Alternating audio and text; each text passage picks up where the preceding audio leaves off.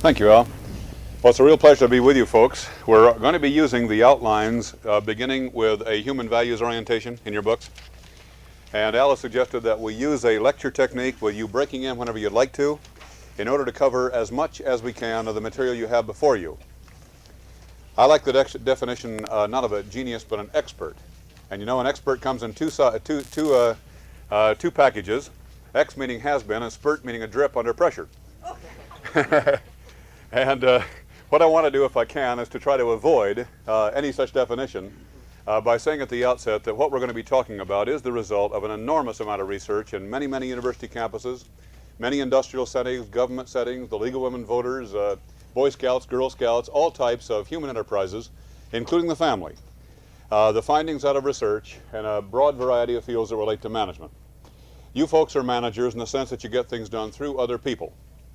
And even a first-line supervisor is a manager. The executive, on the other hand, is the person that makes the policy determinations for the organization. And most executives are also managers. But on the other hand, you don't expect usually a first-line supervisor to be an executive in the sense he doesn't set policy. Though more and more, as we move into knowledge industries, more and more as the universities begin to exemplify the concept that every employee ought to be a manager, more and more having a part in determining the planning, the organization, the direction, and the control. As he is allowed vertical job loading as he proves his competence to take on more and more the leadership of himself and is freed from somebody breathing down his neck all the time. We can see that the objective is to get decisions wherever possible to the very lowest possible practicable level so that everyone becomes involved more accountably and more responsibly as a manager. By taking on decision-making in areas broader and broader as he proves his competence. And I would suggest that one of our greatest needs in society, when we believe in a free society, is to have that more and more happen. So the bureaucracy, the hierarchy, the usual barriers we build ourselves can be overcome. And so that people can feel involved because they truly have a voice with others in determining their own destiny and determining the destiny of the enterprise for themselves. And that means a so-called profit-making or a not-for-profit enterprise, public sector or private sector. Now, notice we're going to begin with this background on human values. Before we do, though, let me suggest to you a need for a very broad approach in thinking about management. Number one, we do have the background of information that you use in your food service operations, in actually the care in the residence halls, of the productivity approach, fathered by, say, in more modern times at least, Frederick Taylor, where you're looking for the better way to get the job done, and the work of the industrial engineer fits in this category.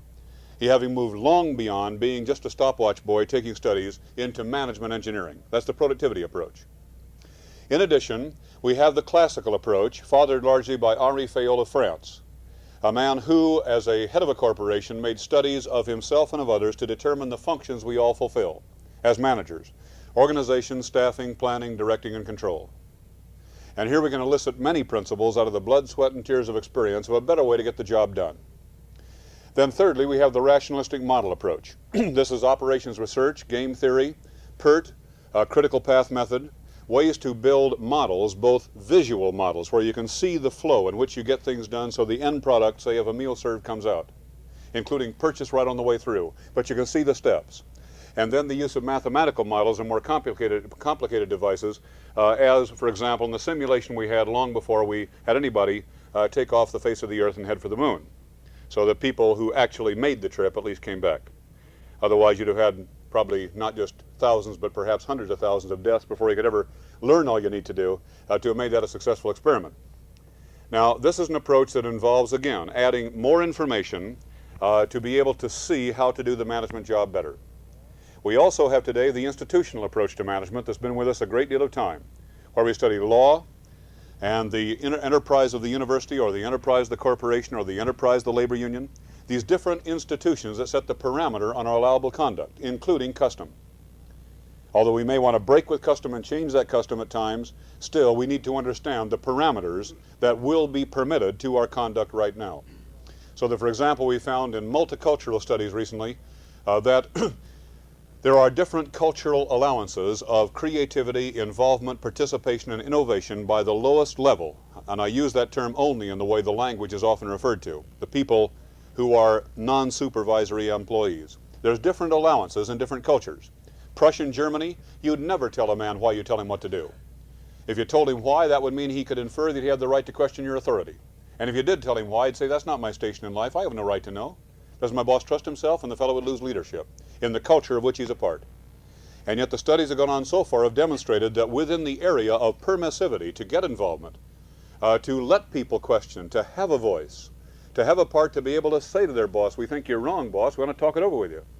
And to be able to know why and to see what they can do in thinking toward the goals that ought to exist and then the means to accomplish goals. To the extent the culture will permit, there's a higher productivity, a higher return on investment in the public sector or private sector, in the profit-making or not-for-profit institution, of those groups which allow the involvement of people up to the amount that the culture allows. And even so, the culture gets changed. Recently in New York and Manhattan, I was talking to a fellow at Pan Am, who happens to be in charge of maintenance for Pan Am worldwide, and he said he just had a letter from an Italian mayor thanking their American management for teaching their Italian managers of the importance of including their employees to think with the management.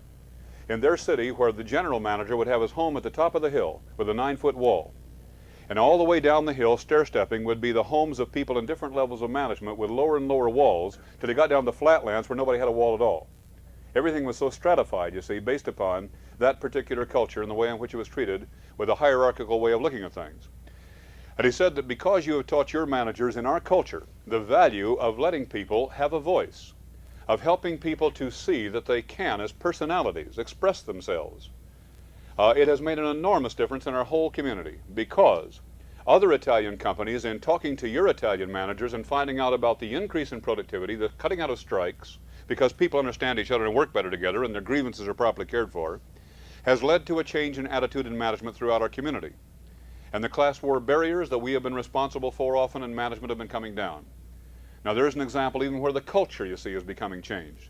Well, I would say our job in a university setting is to do all we can to build a pattern of the answers to the divisions of our day by the way in which we do involve people, where people of every race, class, color, creed, party, point of view can have a part by being included as equals, not in the sense that we're created equal with the same brain cells and all this kind of stuff. That's hogwash. We're not. You find some Negroes far superior to some whites. You find some whites far superior to some Negroes, for example, and to let ourselves lock in and say that because a man has a particular racial background or cultural background or class background or educational background, by the way, or religious background or political viewpoint or point of view or philosophy, that automatically we label him, put him in a box, and cut him off. To me is a devilish thing that we need to overcome, and we ought to be doing it on the campuses of this country more than any place else. I think it's that important in terms of the future of a free society. Now there's one more area I would mention, and that is this, that along with the 4 schools and approaches to management I've suggested, I would also add the behavioral science school, the work of the psychologist, sociologist, anthropologist, who have moved into the studies of groups on a phenomenal speed in recent years. We've moved beyond the old outmoded human relations school, where everybody, if they got along well and were happy with each other and treated fairly, would obviously cause higher productivity. We found out that's not true. Very often the situation where there is not involvement, where there's autocratic action, where people are led by fear, often gets far better productivity in a hurry than you can by other means, and yet it doesn't last. We need to move on to recognize the results of research, which we'll talk about today as we move, on the findings of what it does take over a considerable amount of time to have people within themselves motivated, knowing their life goals and seeing enterprise goals, seeing how they can help to change those goals where they ought to be changed, and then seeing that their life goals will best be accomplished by helping to accomplish enterprise goals. The enterprise with you is the university and its departments of which you are a part. Your life goal is to be able to find fulfillment in the way within your own self as an individual you best can find fulfillment. And I would say in dealing with the subordinates, so-called, that work with you, it's vitally important that you help them to see too and understand their needs, understand their wants, and relate as much as you can the accomplishment of goals which you work with them to set up to their personal life goals, so that a person within himself becomes motivated to want to be an effective participant. Constantly working at the same time to overcome those barriers and those limitations and those controls that destroy the humanity in the individual in our modern bureaucratic hierarchical society. And when I use the word bureaucratic, I do not mean as a slur.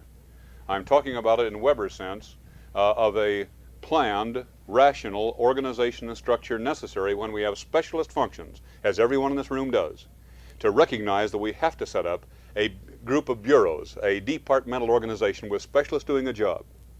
But yet, with the aid of the knowledge we can get from the behavioral sciences, find a way to make it more dynamic, more involving, more participative, more human, so that people really can feel a part of the institution, not apart from the institution, as together they work ahead to accomplish the goals which they did take on as an obligation when they allowed themselves to be employed and paid by the organization of which they're a part. Well then, with that brief background, any questions before we move ahead? That's just by way of introduction. I've mentioned again 5 schools and approaches to management, and I'd suggest we need an eclectic approach where we don't lock in any one area as the messianic complex, this is the answer to everything, but where we can add other truths as we go along, and in the process, don't throw out the baby with the bath. If we find some past theory or belief that is wrong, toss it out once we've tested it. But otherwise, find a way to add new truth to the truth we already have in order to build our full understanding of how to manage properly.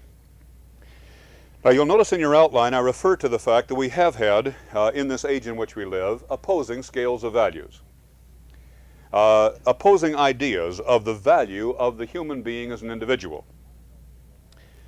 We've seen a tremendous war that might have resulted very possibly in totalitarian world control on a permanent basis.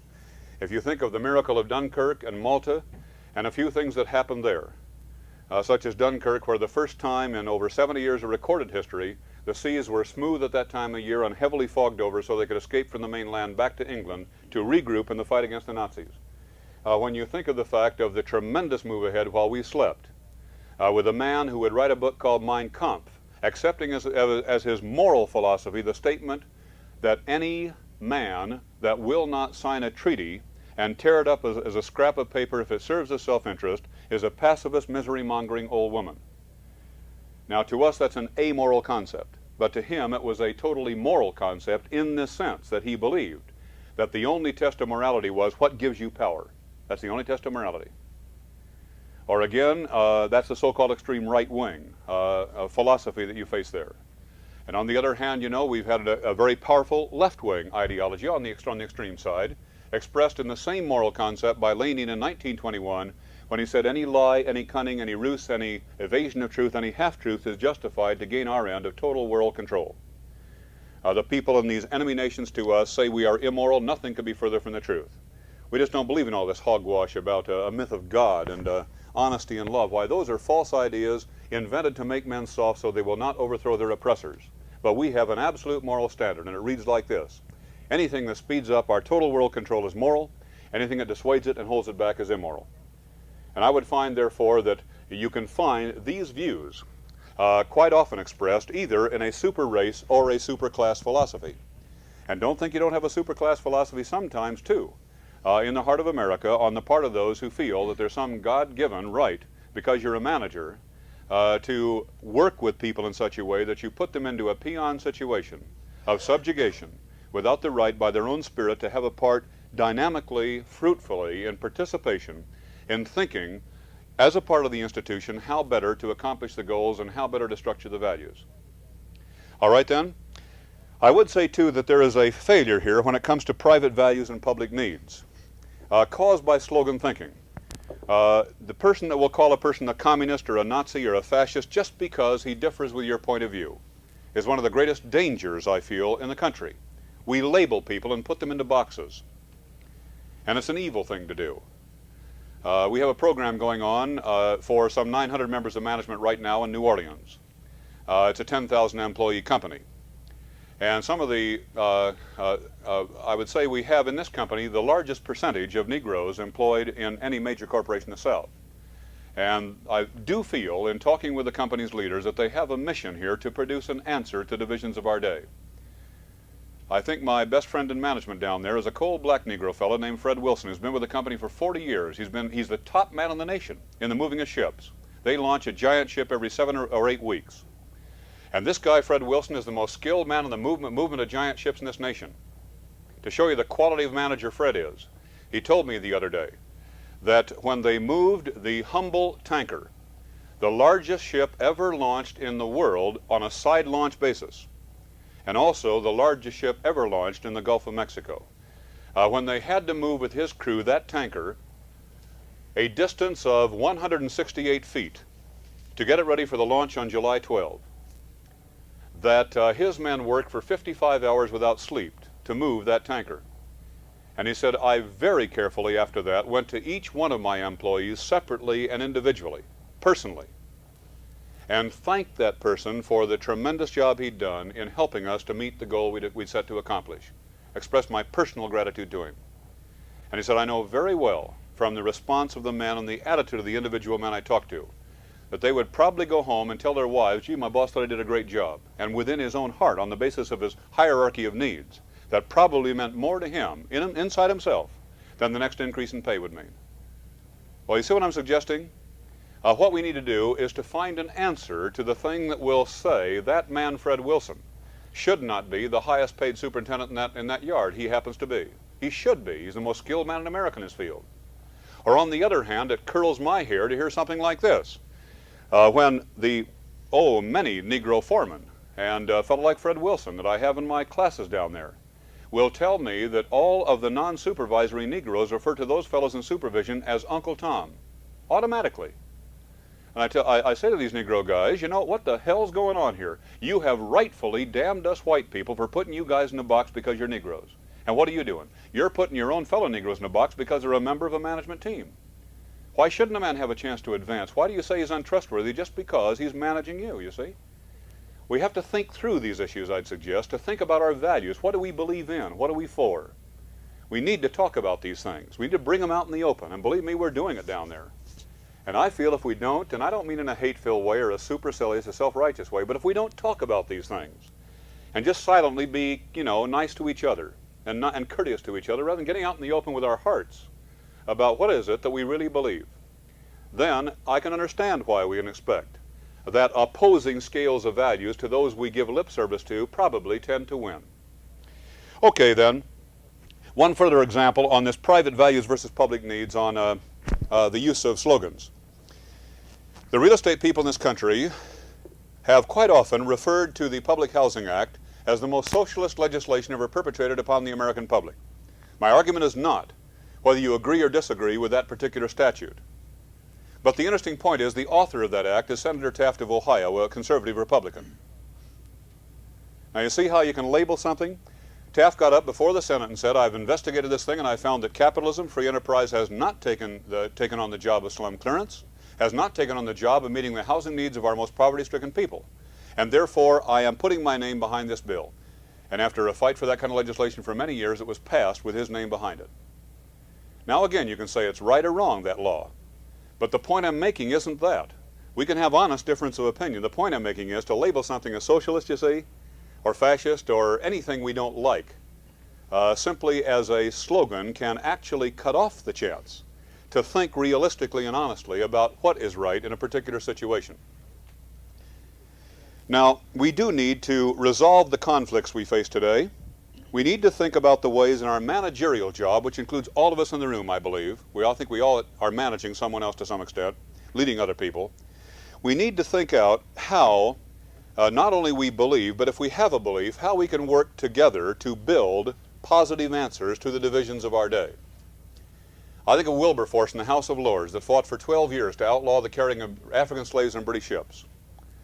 When people would condemn him as the modern equivalent of a communist, for example, because he worked to get law passed in England as a regulation to do away with allowing women to be forced to work from pitch black dark in the morning to pitch black dark at night in the coal mines and seams so low they were bent over on their hands and knees, pulling coal cars out of the ground. From pitch black dark in the morning, pitch black dark at night, never seeing the light of day, as a team with ropes around their bellies like a team of mules. And other people would say, well, you're against God's will here. You know, that's natural. It wouldn't happen otherwise. And his answer was, in effect, you're wrong. This is what we human beings have done to our fellow human beings. And he worked and got the law changed. Now, some people would say, well, now you see, this is regulation. This is wrong. The free enterprise or the competitive method will set the proper standards and the proper pay for people. But a guy in the House of Lords stepped out of his class role to say, no, I think the evidence is, if we can be honest about it, the evidence is that we need in this case to have regulation. But other people would use a slogan to try to condemn a man for giving the leadership that Wilberforce gave in the House of Lords in the 19th century. And all down the line, we'll find it's individual people who make the difference.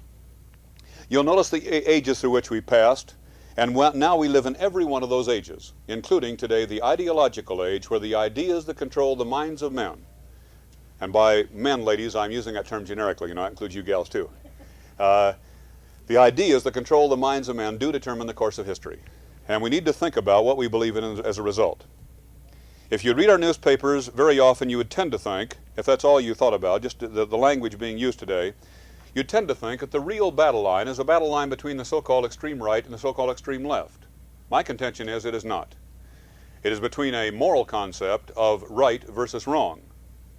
And of course we can honestly differ, and we should be able to honestly differ as what is the moral concept we believe in. But still, we need to think about what we think is right and then work for it. To me, the two extremes are an extreme of order on the one side, which I would call totalitarianism, and an extreme of freedom on the other, which we call anarchy. And the drawing of the line between freedom and order is the key to statesmanship and deciding, you know, how much freedom, how much order in this circumstance. So, for example, if you find people that are doing the work of an engineer, much more freedom than somebody on a final assembly line. In wartime, there is more order. In peacetime, there's more freedom, you hope. And where we draw this line can be an honest difference of opinion. How much government regulation? I don't imagine anybody, except maybe Prince Kropotkin, would believe, and his followers, would believe that we shouldn't have some kind of regulation. How would you like to drive to work this morning on the freeways in that fog, with everybody free to decide which way you want to drive? You know, we've got to agree on certain regulations, certain rules. We need that. All right, then. Let me, if I can, mention the human personality as some of our background here that we've referred to with some of you before. That is, as one medical doctor put it in a very interesting study in this field, the central core of the personality is a capital I, like the peals of an eye, like the ego, which tends to determine how we respond. And if you remember your studies of the behavioral psychologists with the study of hate, fear, and love, you can remember that the individual small baby very much was centered upon itself, and as it gained experience and saw that it was loved, it began to give love in return. But still, by human nature, the big I tends to control our life. It's a track in our mind. And this central core, it was suggested, is surrounded by a layer of pride like the peels of an onion to protect that ego from being hurt. Pride. Doesn't mean that pride is bad, doesn't mean ego is bad, but it just means we have to think it through as to the use of each one of these parts of our personality. And the tendency may be, if we remain immature, when somebody crosses our will, and we want to protect that ego, we may go into a state of regression where we take our dolls and go home, a state of projection where we blame somebody else and point our fingers at him, or we may go into a state of retaliation where we say, boy, he gave me the knife, wait, I give him the knife in return. Or a state of rationalization where we wrap ourselves in the American flag and give 50 good reasons for what we do. Natural in human nature, this is us. We tend to be this way. And then around the central core, the medical doctor suggests, are a group of satellites like love, which is a great idea, unless they define it like I do in Hollywood sometimes, and ambition, another fine idea, but don't forget some of the most ambitious men in the country in the federal penitentiary, you can carry that too far, and greed. One of the most interesting statements on greed I've heard in this century was a statement that there's enough in the world for everybody's need, but not enough for everybody's greed. That makes sense to me. And then there's hate. I think the most challenging statement to me personally on hate was by a great statesman of this century, Booker T. Washington, who said, I will never let a man drag me so low as to make me hate him. Now, he'd hate the wrong as he saw the wrong, but he found no answer could be built on building on hatred of the individual he felt did the wrong. On the other hand, there's lust. I have a hell of a lot of that sometimes. And then there's fear, and fear is one of our greatest allies. Fear takes the lactic acid out of the system, pours in the adrenaline, gets us ready to meet the object of our fear. So there's nothing wrong with fear. The issue is, do we stew in our juice and get ulcers, or do we go out and intelligently meet the object of our fear? We have a man in the room that's thinking about working on his PhD in the field of fear and fear and anxiety. And when we get to the point of motivation, I want to come into this in more depth. But fear is a tremendous ally, just like pain.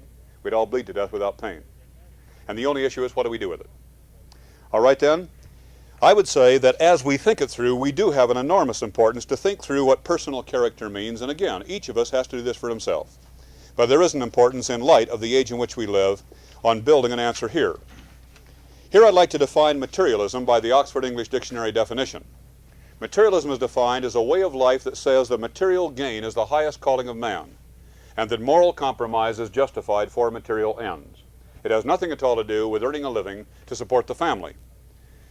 I know with the 7 kids I'm responsible for, I'm deeply concerned about the fact that they get their higher education, and I think I have a moral obligation to increase income as necessary to do that.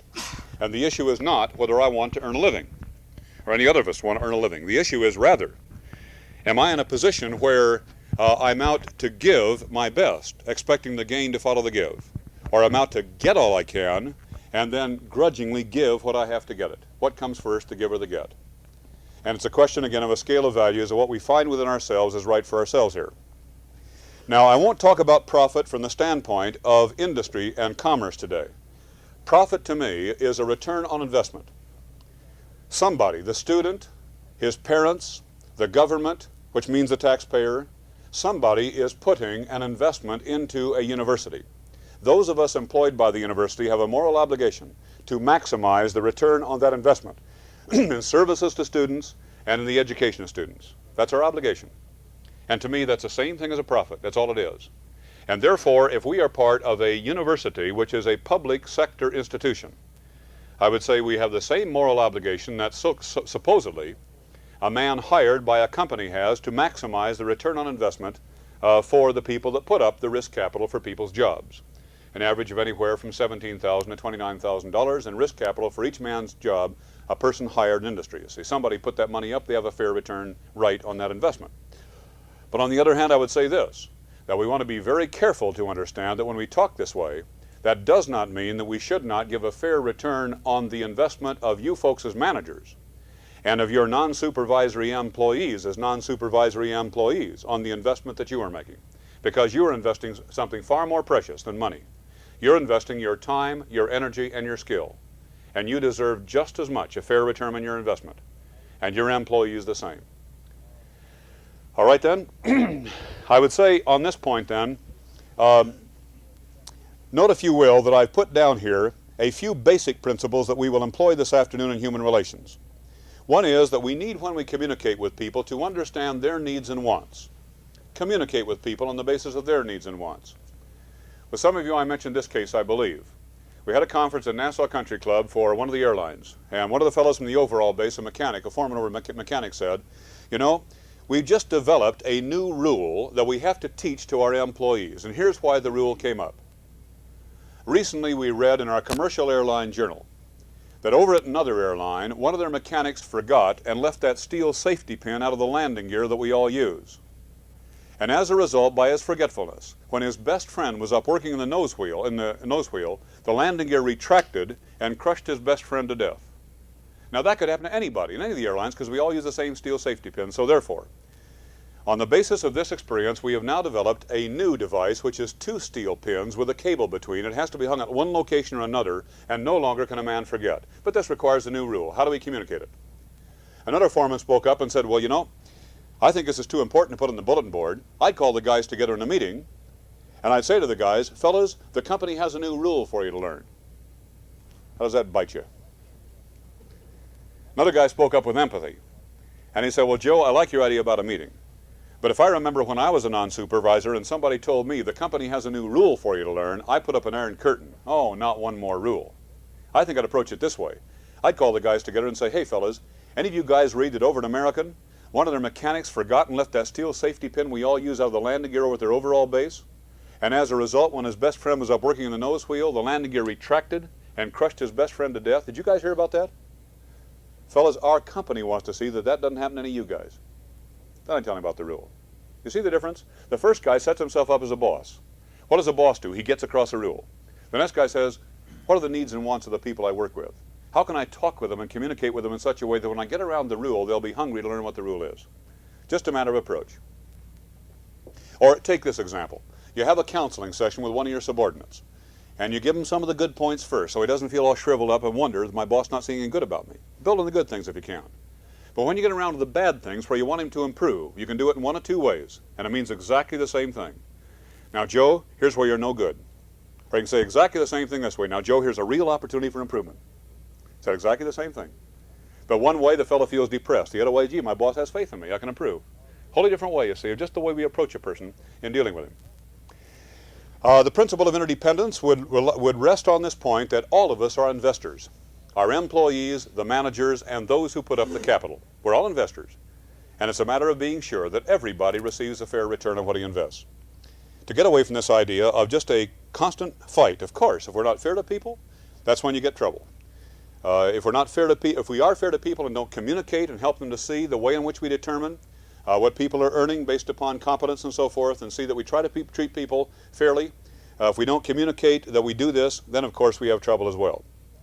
And if we won't listen to other people to show us we're wrong as managers, where we may be thought not to be fair to people, then also we are wrong. Now notice, if you will, here the principle of participation. The key document I'd suggest, the key book in this area, would be Rensis Likert, New Patterns of Management, McKinsey Foundation award-winning book of 1961-62, published by McGraw-Hill. And one of the key findings by correlation studies in universities, hospitals, government institutions, government agencies, railroads, insurance companies, all kinds of institutions, the League of Women Voters, other groups, has been that those groups that use 2-level and 3-level meetings on a regular planned policy basis have a higher return on investment. And remember, I'm using it to return on investment that applies universally than those who do not, in general. In other words, you get together at the top level with the guys that report to you, but once in a while, well planned, you also bring in the people who report to them for a 3-level meeting. And the same thing is done with other groups down the line. And then, of course, you need your agenda, your proper planning, the proper chances for involvement, and all the rest. And you certainly need not to waste time in something like this, because you can over-committeeize what we do. If any of you have ever gone to a meeting and you come out 3.5 hours later scratching your head and say, well, what came out of this? That is not what I'm talking about here. It's a proper agenda, proper planning, proper leadership, which means usually non-participation by the leader in the leadership he gives. The principle of total responsibility is simply the concept of breaking away from our blind spots that cause us to be led into compartmentalized thinking, tunnel vision, to realize that we need to think conceptually for the enterprise as a whole, so that when we make a move here, we take the steps necessary to be able to have the people involved in understanding before the move goes into effect. Or we don't think about our little department as being the whole answer, but rather we see our relationships with the whole on a participative basis. The principle of lateral pressures, very simply, is the idea. And I've seen a man die of a heart attack because he didn't understand this. One of the most famous Air Force generals of World War II, when he went into private industry. I've seen another man take that company completely out of an enormous loss position, triple its number of employees, tremendously increase the pay of the employees, and go ahead to a high profit level just because he applied the principle of lateral pressures. For example, suppose you have two people that come running up to you, each of them tattling on the other person. Each person spending half his time in credit seeking, the other half in blame avoiding. What do you do about this situation? The man I'm thinking about that applied this principle to clean up a situation of enormous hatred and bitterness. Had luncheon with him, dinner with him just last week. He's a very, very top-flight executive with a tremendous sense of peace and organization in his life. But he would always apply this principle. Suppose somebody came up to him and blasted somebody else that works for him. The first question he'd ask is, well, Joe, have you talked with Hank? Sure I have. I can't get it through his thick skull. Then the next question would be, well, Joe, does Hank know that you're up here talking to me about him? Well, no, he doesn't. I want you help to change the old skunk. And the next statement was an order. Joe, you're to go back and work this out with Hank. Now, I trust you guys, until the contrary is proved, to be sincere, to think for the enterprise as a whole. If, on the other hand, I find any guys that are thinking for his little old bailiwick, without thinking for the enterprise as a whole, he doesn't belong around here. But I trust you guys to do it. Any guy, to me, is innocent of an evil intent until proved guilty. But do your best to get together and pool your splintered authority and decide at your level. Now, you're not going to give in to the other fella. Wrongly because you're accountable for your results. He's not going to give in to you because he's accountable for his results. But do your best to pool your splintered authority and decide at your level. I hope you can. I want you to know, though, I know you have different backgrounds, different functions, and we can, all of us, get locked in by our function. So if this is the case, I would urge you to keep in mind that I'm completely open to the possibility you cannot get together. I hope you can, but I know it may be that you can't. If you cannot get together and solve your dispute, then come to me, but come together, and I will decide between you. Nobody ever talks more than once behind anybody else's back to that particular fellow, unless it's on something involving criminal conduct and all, where he feels the obligation because it's his duty to report it. Had they built a relationship of more manliness in solving problems, and they don't get involved in the cat and dog fights of people below them, but they get involved on a synthesizing basis when it's called for. And then the higher level manager is freed to spend his time where he ought to, in his planning, long-range thinking, quality determination in his actions.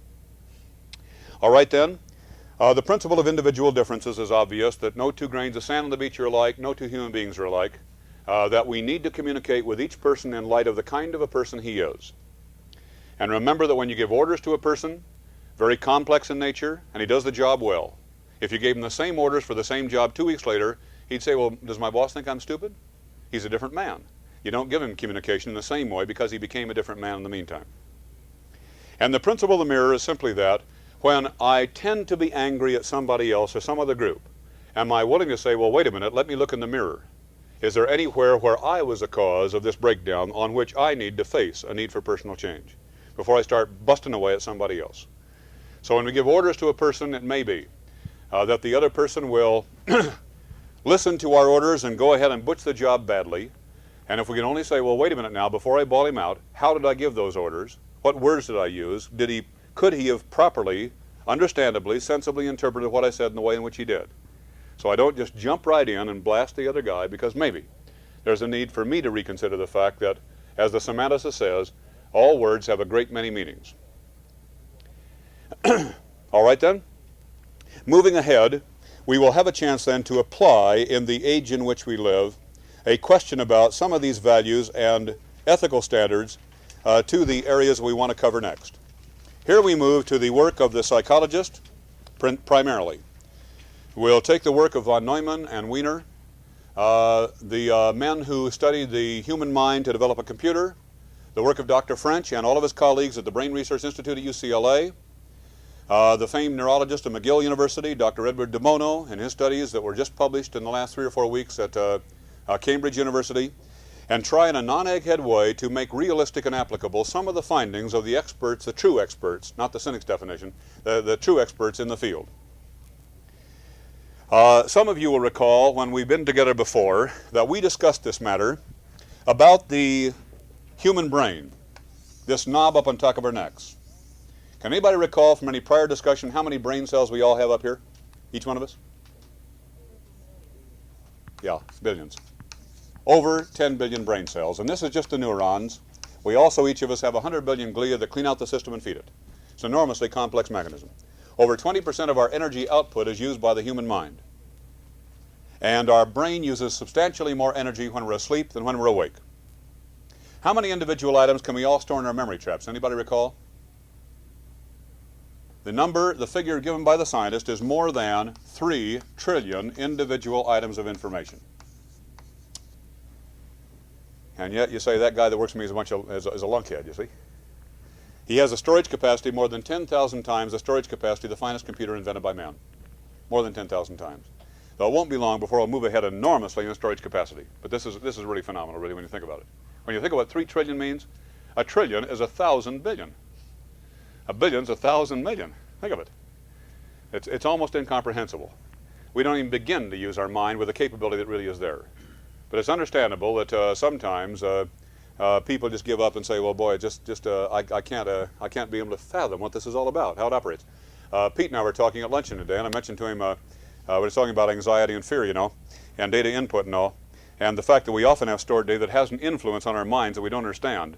An example we had at Ling Tam Kovot, this little conglomerate down in Dallas, you know, under this guy Jim Ling, who was a machinist 3rd class in the Navy in World War II. One of the company presidents down there, we have a series of programs for management development for the various companies to help their internal capability to build more humanly and more dynamically within in this group of companies. This fellow, the head of one of their companies, he said this in a dinner recently. He said, "I came from Germany at the age of 3. I cannot speak a word of German today. Last week they put me under hypnosis. They ordered me to speak in German to another man who could speak German fluently. They tell me I conversed with him fluently in German for over half an hour. They brought me out from hypnosis. I cannot speak a word of German." You know, if we even begin to understand the things that we know about our mind, we wonder why. You walk into a room and you say, "I've been here before," but you weren't. Or into a forest and you say, "I've been here before," but you weren't.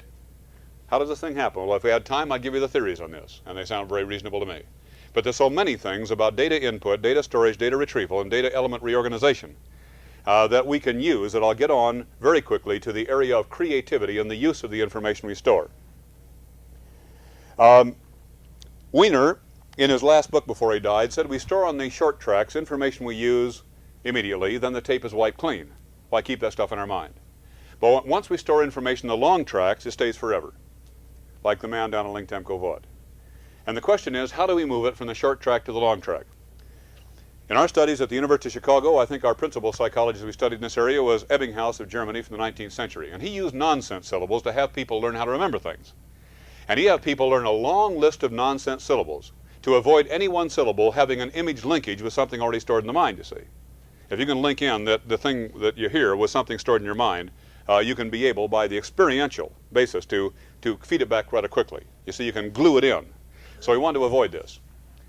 And he said that once people had learned perfectly, so they could repeat perfectly once what they heard, that they would forget, in terms of recallable information, 48% the first 24 hours. And it kept on going down to almost nothing. And that's why I said we need overlearning. And I would caution you as students against this point about thinking that rote memorization is necessarily therefore wrong. Remember, our potential is the result of data storage. I'll try to prove that as we go along. Our potential is the result of data storage. I'm talking about all us normal people. I'm not talking about an imbecile or an idiot now, but the person in general who does have the capacity to store and conceptualize. Now, if you can see in terms of your own study techniques, those of you that are students still, a way in which that you can discipline, the way in which you have repetitive data input as you read material. For example, you're reading a book and maybe you keep, as you go along, a list of one word, then about 3 subwords, and another word, about 4 subwords, you know, pushing a pencil as you go. So you don't wake up 15 minutes later and say, "Where have I been the last 15 minutes?" You've been pushing a pencil. And then when you finish the chapter, maybe go back and do the difficult thing. As long as you can read 16 hours a day, you fool yourself into thinking you're working. You're not. All you're doing is spending the time reading and reviewing what somebody spent blood, sweat, and tears to put in an orderly way as creative results, you see. So what we need to do is to find the way to be able to work. So you get through that part, you look at your list, you go back and cover it up on your sheet of yellow paper and make another column and see that first word and see if you can remember what's under it. Then you go on the next one, you go back and check it, you find out, boy, I left that point out, red circle it, go on. And before you hit the sack at night, anytime you see a red circle, cover it up in the third column, see if you can do it again. And this way, by repetitive data input, you tend to lock in the concepts in your mind so you can use them. This is a matter, you see, of helping to get the learning in so it can be used. Now, mind you, I'm not suggesting that Alex Osborne of Batten, Barton, Durston, and Osborne, the man who more than anyone else in this century has condemned us educators for teaching by rote memorization and leaving people with data storage and data retrieval solely. So the definition of the lecture becomes the passing of information from the notes of the student, from the notes of the professor to the notes of the student without passing to the mind of either. There's a lot of truth in this. We do need data storage. We do need capability in data retrieval. But then, as Osborne would suggest, we also need data element reorganization to be able to think creatively. Now, notice on data retrieval, after we've had overlearning so we get the stuff stored so it stays, and you know about this, don't you? When you use a telephone and you look up somebody's number you want to call some friend, don't you read it over and then go over it a couple, 3 times in your mind to be sure it's there before you dial? Sure you do. We have overlearning to be sure it stays. On data retrieval, they tell us that tension will get in the way. I've had students many, many times in the 20 years I taught in the UCLA campus come up afterward after a final examination or a midterm and say, you know, I just can't understand it. I knew the answer to question number 2. And doggone, I could go right to the book and point it out. And I just didn't get it, and I got darn anxious about it, and I tried hard to remember. I should say fearful about it, shouldn't I, Pete? I got fearful about it, not anxious about it. And I couldn't remember, so I tried hard to remember. And I kept coming back, and finally in disgust, when the time was up, I threw the examination paper in. You know what happened? I walked out in the hall and the answer came to me. Stop trying. And the suggestion is, if you can't remember something, sit back in an easy chair. Think about that scanner going across those polyamerized brain tracts and just wait for it to lock in. It's amazing sometimes how it happens. I've seen this with myself in remembering something I won the way of a person's name of years ago I hadn't seen in 16 years. Or some other situation, where I just being conscious of the fact that the thing is operating. While you're going on and talking about other things to other people, just keep at the conscious level the fact it's going on. And you're amazed sometimes how this thing will actually suddenly flip back into your mind. I think there's a lot of truth in what this old nut, Bill Lear, says, who built the Lear jet and recently has so far given up on building a steam motor, And the reason I call him a nut is that's what they call him in his own company. Tremendous guy. I'll never have the mental capacity of a man like that. I know I could never develop it. He's just so far out, and in the best sense of the word. Anyway, when Lear states today that he believes of the complex problems he works on constantly, that 70% of them are the result in solution, are solved by getting the data input that seems to be relevant to him and putting it in his mind, getting it locked in, and then getting away from it and forgetting it, and having the aha experience when suddenly it breaks up from the subconscious with the answer there. You've all had that experience probably, but here's a man that's trained his mind to do this more effectively than most of us. A man that never finished, I don't think he finished grammar school, did he? Never has been in a college classroom, never taken a course in engineering, over 120 top flight patents, got the Collier Award in aeronautics in the 1940s, We gave him an award one time here at UCLA, I remember, when he was in our executive program in the School of Business, when he was given the award for developing the Lear jet, the finest executive jet, that everybody said he couldn't develop, no bank would lend him a cent of money because every aerospace corporation said it was impossible. And he was introduced that night by one of his public relations men, a Hollywood actor by the name of Danny Kaye. And Danny Kaye said, "Ladies and gentlemen, my fellow nut. This guy's as nutty as a fruitcake." So he told his wife one day, "Darling, we could each spend $5,000 until we die and have a fortune left, but I want to take a chance and go bankrupt. I want to develop a jet." So she said, "Fly, dear, what else could you do?" And my kids who went to UCLA used to be students with his kids over here, his grandchildren actually, over here at Uni High, I recall. And if you remember what's his granddaughter's name? Shonda, remember Shonda? Johnson of Olson and Johnson Helzapoppen told me one day, we're having luncheon together. He's the father-in-law, you see, of Bill Lear. And they were talking about what will we name our daughter, and they were thinking about if we have a daughter, and they had sons planned all names. And he said, well, I would take a name that has a nice ring to it, a nice unusual sound. It sounds good, but it's a different kind of a name. Why, I'd name her Shonda. They hadn't heard of the name Shonda. They liked that. And he said, Olson or Johnson said, it was not until they were christening a little girl they realized they named her Chandelier. And that's her name today, by the way. Anyway, there's a fellow, you see, who is able to use his mind more clearly than most people can. But notice, if you will, this point on image linkage. Just a moment on this point. I think you'll recall that if you've ever gone to one of these lectures by one of these memory experts, they'll tell you about image linkage. I was taught this by my high school history teacher, Miss Burke, down at Long Beach Poly High. And I never told her this, but I always remember to use image linkage in remembering her name. Every time I think of her face and I think of her, as my history teacher, I'd always have come to my mind immediately the image I'd linked it in with. I thought of the last water going out of the bathtub. Burke? Funny, isn't it? That's her name, Miss Burke. I never told her that, understand. But she told us how to remember the streets in downtown Los Angeles, and we kids in Long Beach never went to the big city of Los Angeles. But I still use it today. She only told us once. From Maine we spring to Broadway and up the hill to Ollie. Wouldn't it be grand to hope to pick a flower and Figueroa? Some of us use it, don't you? Sure. Well, that's image linkage, isn't it? Will Rogers told this story about himself, and it's a true story, that he couldn't remember people's names. He'd heard about this, and so he decided to try it. And he said the first lady he'd met was a Mrs. Hummock. He never met a Mrs. Hummock before. How can I remember her name?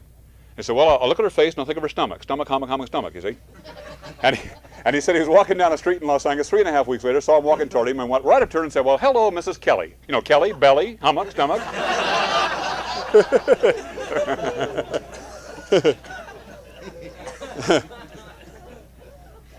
Brick Maxwell is the fellow that set the world record in 880 at USC in 1928, lasted 8 years. He's now in charge of operations worldwide for Pan Am. And he was down at one of our training conferences with this corporation down in Miami. And he said, you know, when I was a pilot, we stopped off in Guam and we had a crew table of 11. There was a memory expert aboard, so he said, why don't you join us and demonstrate memory? So the guy did. And he said, go around the table, name a different object. So he did. House, steeple, church, girl, stocking, you know, different things. Some related, some unrelated. Went around the table, named different objects. And it kept on going around and around until they named 1,500 items. And he said, okay, any questions? One guy said, I'll stump him. Name everything I named in the order in which I gave it. Without a pause, named everything that guy had said. He locked in that guy's face and linked together, right down the line, everything he said. Another guy said, name number 6 on my list. Short pause, he named it. And then he named all 1,500 items in order.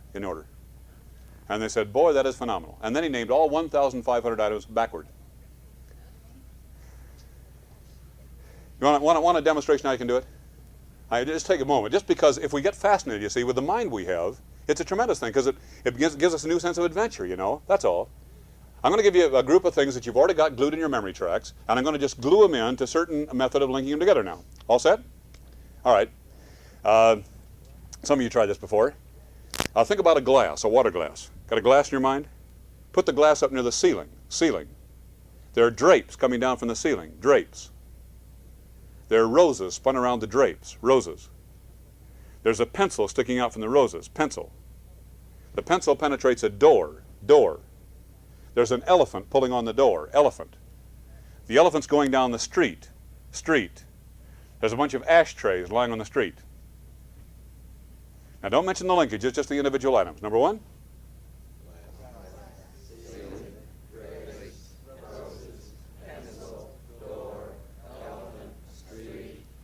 Now name them backwards.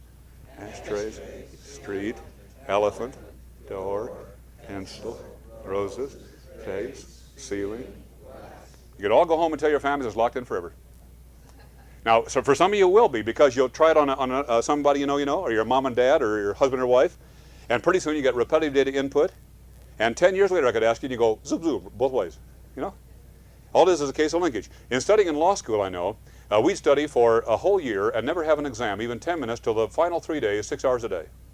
And we'd be given cases. And I had put constructs in my mind in each case area, you see, each area of law. And therefore, when a case would be given to you, the whole thing would light up like a neon sign. Every point, subpoint, subpoint without an error. And if you have a concept of the university, if you have a concept that relates your job to the whole within a residence hall, and then relates the residence hall to the university, you see, then as you have a problem come up, you tend to see it not as an isolated problem, but what steps will this affect here, and what steps do we take there and there, so we have cooperation before we move ahead. Do you ever see a mistake because people didn't do that? Sure. It's a question, you see, of how we see ourselves in reference to the whole. Now, notice, if you will, on immediate conscious mental activity, the process is you perceive something, you associate it with stored data, you use that stored data to make your evaluation, and you decide, then you take action. Suppose you're driving your car down the highway, you see a car coming towards you, front left blowout, start to swerve across your path. Now you're a new driver, first time you had a wheel in your hand, what do? You'd freeze. Unless by ersatz input, by watching television, you'd begun to act as if you were in that situation, you see. But all of us, because we are experienced drivers, hundreds of times before we change lanes, we check the next lane. Before we slam the brake, we look behind us. And the result is we would have used that stored data because that's the basis of our potential, you see, and in less than 1,000th of a second we would have acted simply on the basis of stored data. To make this real, suppose you're driving down the highway and you come up behind a little old lady from Pasadena who's driving a car at the conscious level. Now, by the way, I've just found that little old ladies don't come from Pasadena. They come from Glendale and they go to visit their grandmothers in Pasadena.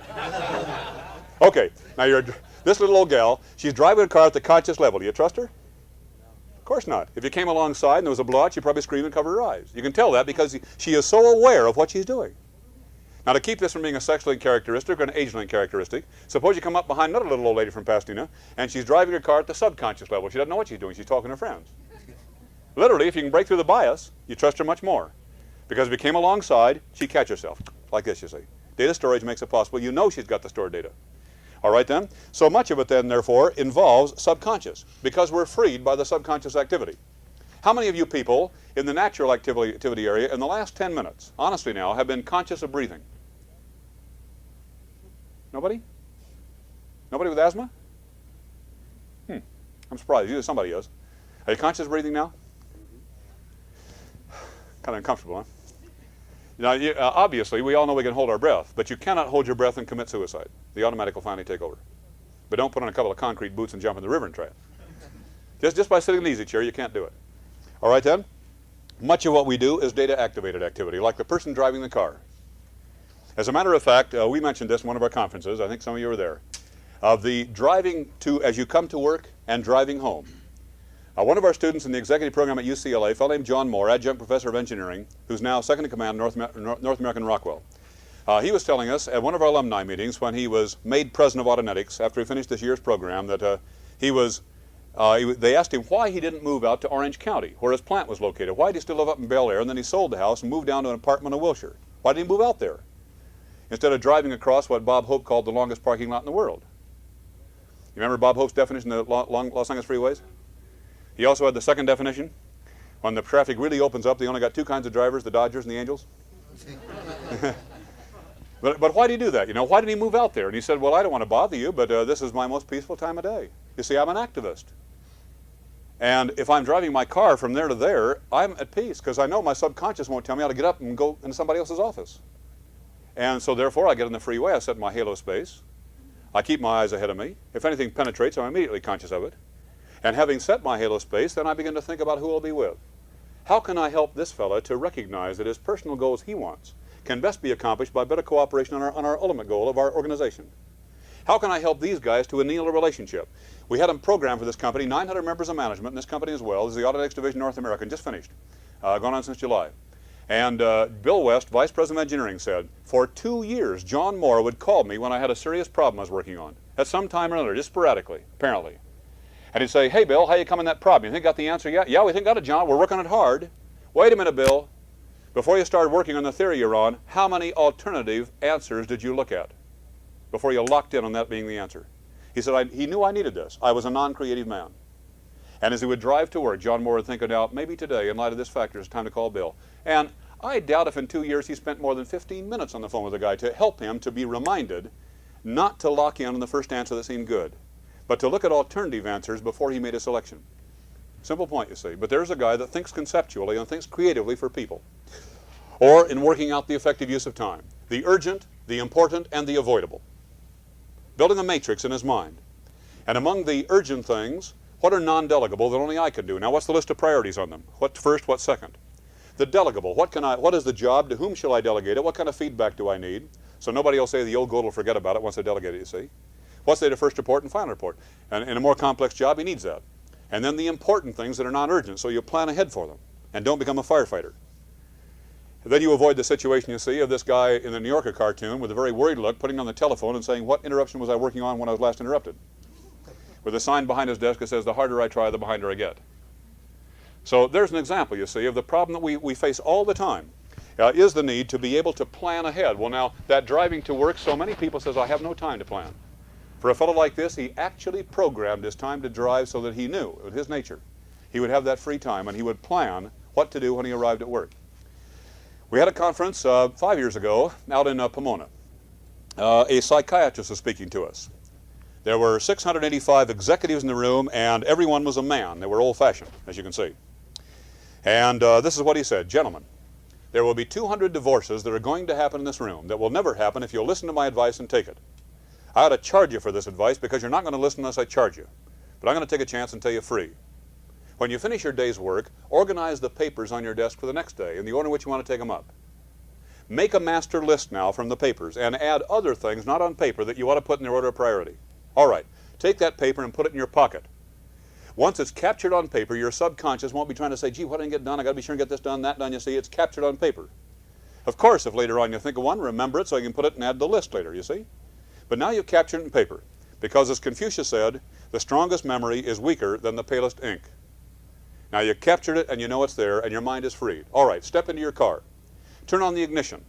Take 2 lifesavers or half of an apple to raise your energy level so that when you arrive home, home is not a place to go to pieces in. Now, start driving home. Put your work out of your mind. Any boss that says he owns you 24 hours a day does not deserve to be a boss in a free nation. As a matter of fact, he's probably a boss spelled backward, meaning double S-O-B. Matter of fact, he's probably a spherical S-O-B. It's an S-O-B no matter how you look at him. Okay? Now, start driving home. With the company out of your mind, think about your wife. What is she doing right now? What does she like to talk about? What does she like to kid about? What's on her mind? And as you, and then think of each of your children one at a time, separately. What is he doing? How's his work in school? What does he like to kid about? What are his interests? And he said, by the time you arrive home, you'll be living in your home, and 200 divorces that otherwise will occur in this room will never occur. As mentioned to some of you, that reminds you of the little 1.5-year-old, beautiful little girl, natural blonde, beautiful blue eyes, whose father always took him on the Sunday drive. But on this particular Sunday, the daddy was sick in bed, so the mother took him on the Sunday drive. And so when they got back, the little girl jumped up in her daddy's bed, and her daddy said, "How was the trip, darling?" "Wonderful, Daddy. We didn't see a single bastard."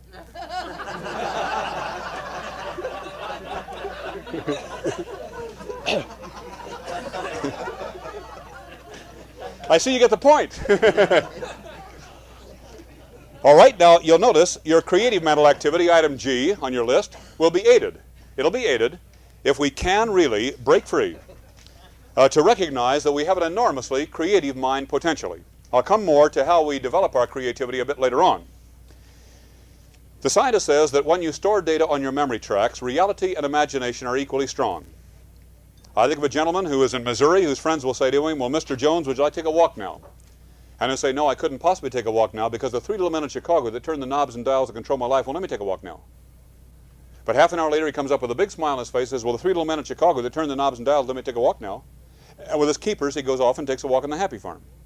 And of course his keepers are working with him for data revision to overcome the hallucination that he's programmed into his own mind, you see? That's the point. You ever see a gal looking out her kitchen window, see two gals yakking over the fence, he says, "They're talking about me"? Smaller and smaller self-referring package. The men at the Sawtell Veteran Center tell me this, when I've asked them, over watching them give shock treatment to some guy. And boy, they see that guy go into shock. It's absolutely tremendous to see that happen. And the guy may be back operating the milling machine in about 2 months. It's amazing what they've done sometimes out there. But I've asked these psychiatrists, why are these guys in your happy farm? And they say it's because they have become a smaller and smaller self-referring package. Often living in fear, acting as if they're smarter than they really are, hoping people don't understand their feeling of inadequacy, you see, but more and more smaller justification, all that type of thing. The thing that can happen, you see, on the basis of a wrong use of this. Every one of these elements in our nature, I think, is pretty good. Every one of these elements is good. The only question are they in balance? That's all. Are they in balance? And do we have a right ordering of values? That's the only thing. Do we become mature? All right then, dreams. At the Brain Research Institute at UCLA, Dr. French will let people sleep in the laboratory who are sure they never dream. Anybody here that's sure he never dreams? Good. Everybody dreams? The psychiatrists are working with people who have difficulty dreaming, helping them to dream easier. All right. Anyway, Dr. French will let anybody that's absolutely sure he never dreams sleep in the laboratory. And by the way, I wouldn't have said that about the psychiatrist helping people to dream easier if anybody raised their hand. Understand? But you all dream, regardless. And I'm going to point this out to you. Anybody that has sleep in the laboratory, they'll watch the process to the 5th stage of sleep, the REM process, the rapid eye movement stage of sleep, and they'll plot your dreams, 8, 9, 10 times a night, top of the dream, between dreams. Electrodes on the wrist, the roll of the eyeball, the mouthing of words, the rise of respiration temperature rate. They'll plot your dreams several times a night, between dreams, top of the dream. Now the interesting thing is, whoever they have sleeping in the laboratory, they will awaken them. Any of you see the 21st Century several months ago with Walter Cronkite on this subject? Do you remember, Mr. Krupp, when they awakened a fella several times, and he finally said, when he asked, "What is your mother's name?" "Warren." Remember? He was so confused. They plotted this out, you see, and watched this frustration and the whole thing happen. And they have decided that if you would awaken a person at the top of his dream every time for 2 weeks straight, you could drive any human being stark raving mad. So don't try it in your wife or husband. Now also, they've awakened people between their dreams at every time for 2 weeks straight. And at the end of that time, they're completely normal, to the extent that any of us are normal. My professor of biological sciences from the Medical School, University of Chicago, Dr. Anton J. Carlson, told us this when we were freshmen. "Ladies and gentlemen, I hate to say this, but it's true, so I must. We're all crazy. It's just a matter of degree." And before we finish, I think we can prove that we all have quirks in our works. And it's good to recognize it, Now, the neurologist up at McGill will tell you that they have studied the chemistry of the cortex of the brain, and they see a cleansing process going out in the process of REM sleep. A very great cleansing process. Have you ever had a serious problem and you couldn't solve it, and you say, "I'll sleep on it"? Next morning the answer comes? You see the point? The cleansing out so you can be able to think again clearly, creatively once again. That's why so many people keep a pad of paper and a pencil on the nightstand. So if they wake up with a hot idea, they'll write it down. Like a guy who found this was the case with him. He'd been working for months to try to develop a way to get away from a needle and thread and get a mechanical device. He woke up at 3 o'clock one morning, pitch black dark, burning thought in his mind, try putting the hole near the tip of the needle. He turned on the light, wrote it down, put it back, turned off the light. When he woke up at 7:30, he did not recall he'd written that down. That day he invented the sewing machine. It's happened to so many people. Happened to me lots of times. I hope it happens to you. Because you see, there's so much to capture there that's going on in the mind. It's so wonderful to be able to use. All right then? Intuitive action, the hunch. Now you can call this the guidance of God, like they do 3,000 times in the Old Testament and New Testament. You can call it extrasensory perception, like they do at McGill, or rather at Duke University.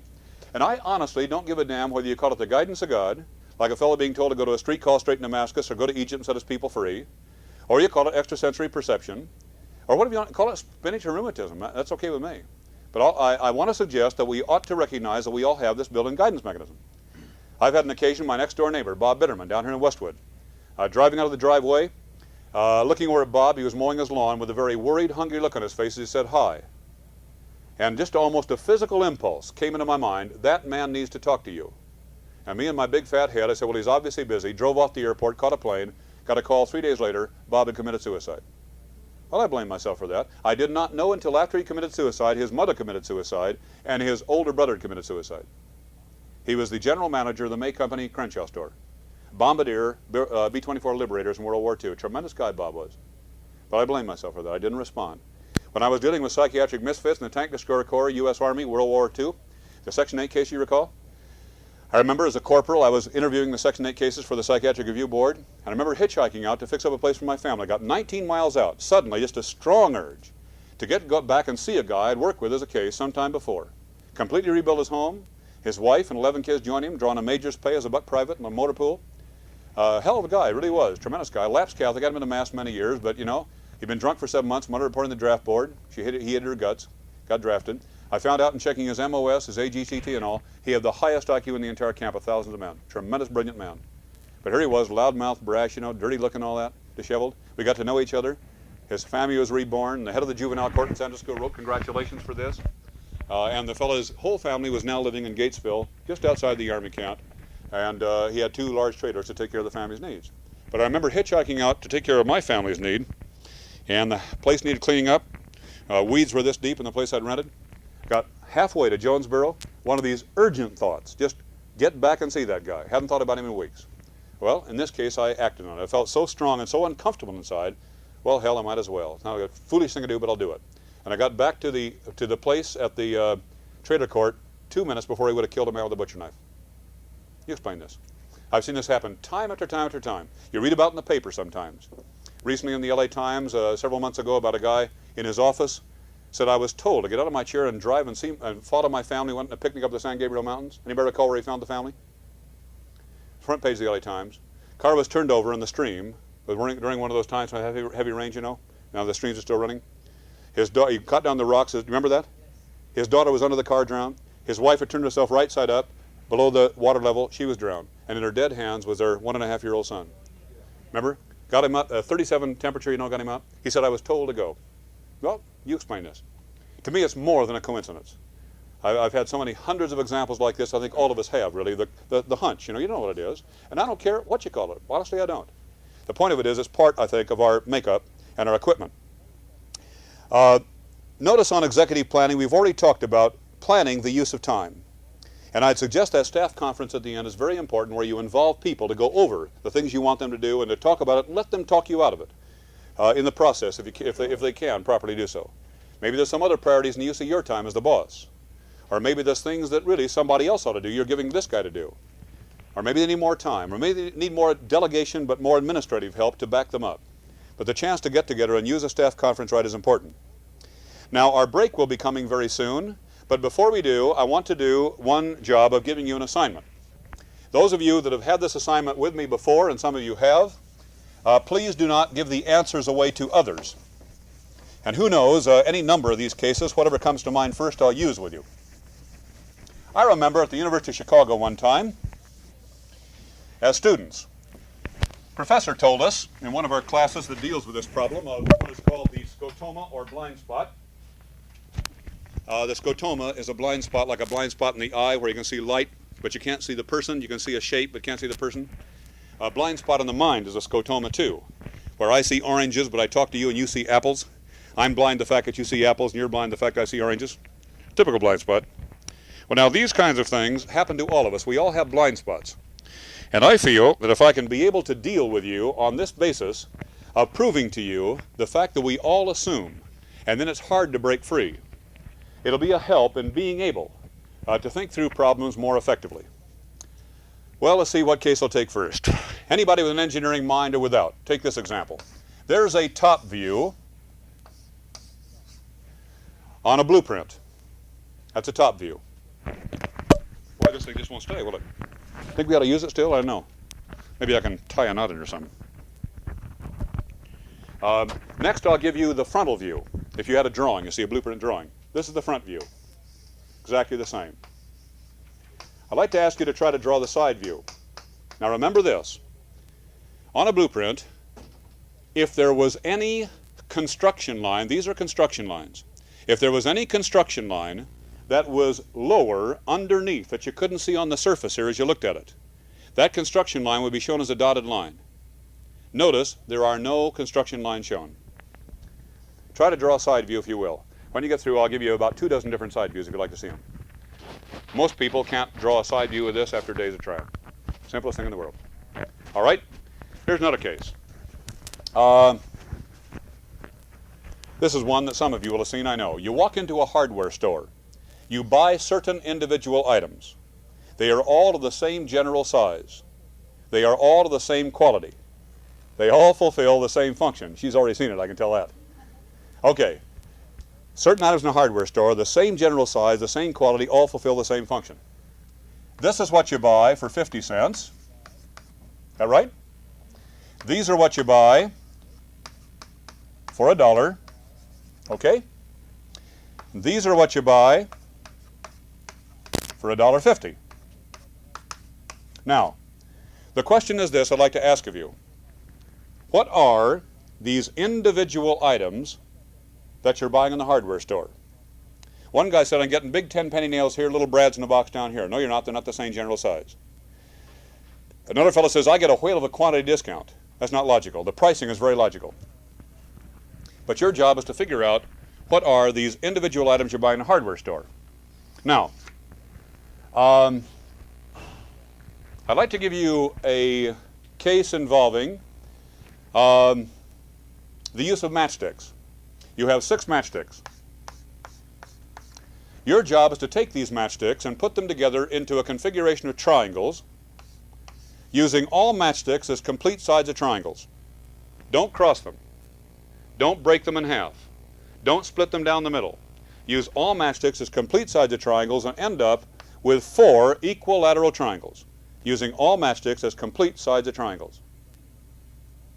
I've seen guys work on this for days sometimes. Other guys get it immediately. Okay? I want to give you a logical ordering, if I might, of letters. And your job is to determine the logic and the ordering of the letters. If you know these answers, please do not give them away. This is a traumatic experience at times for people that's very humbling and very useful to all of us. There's a logic behind the ordering of these letters.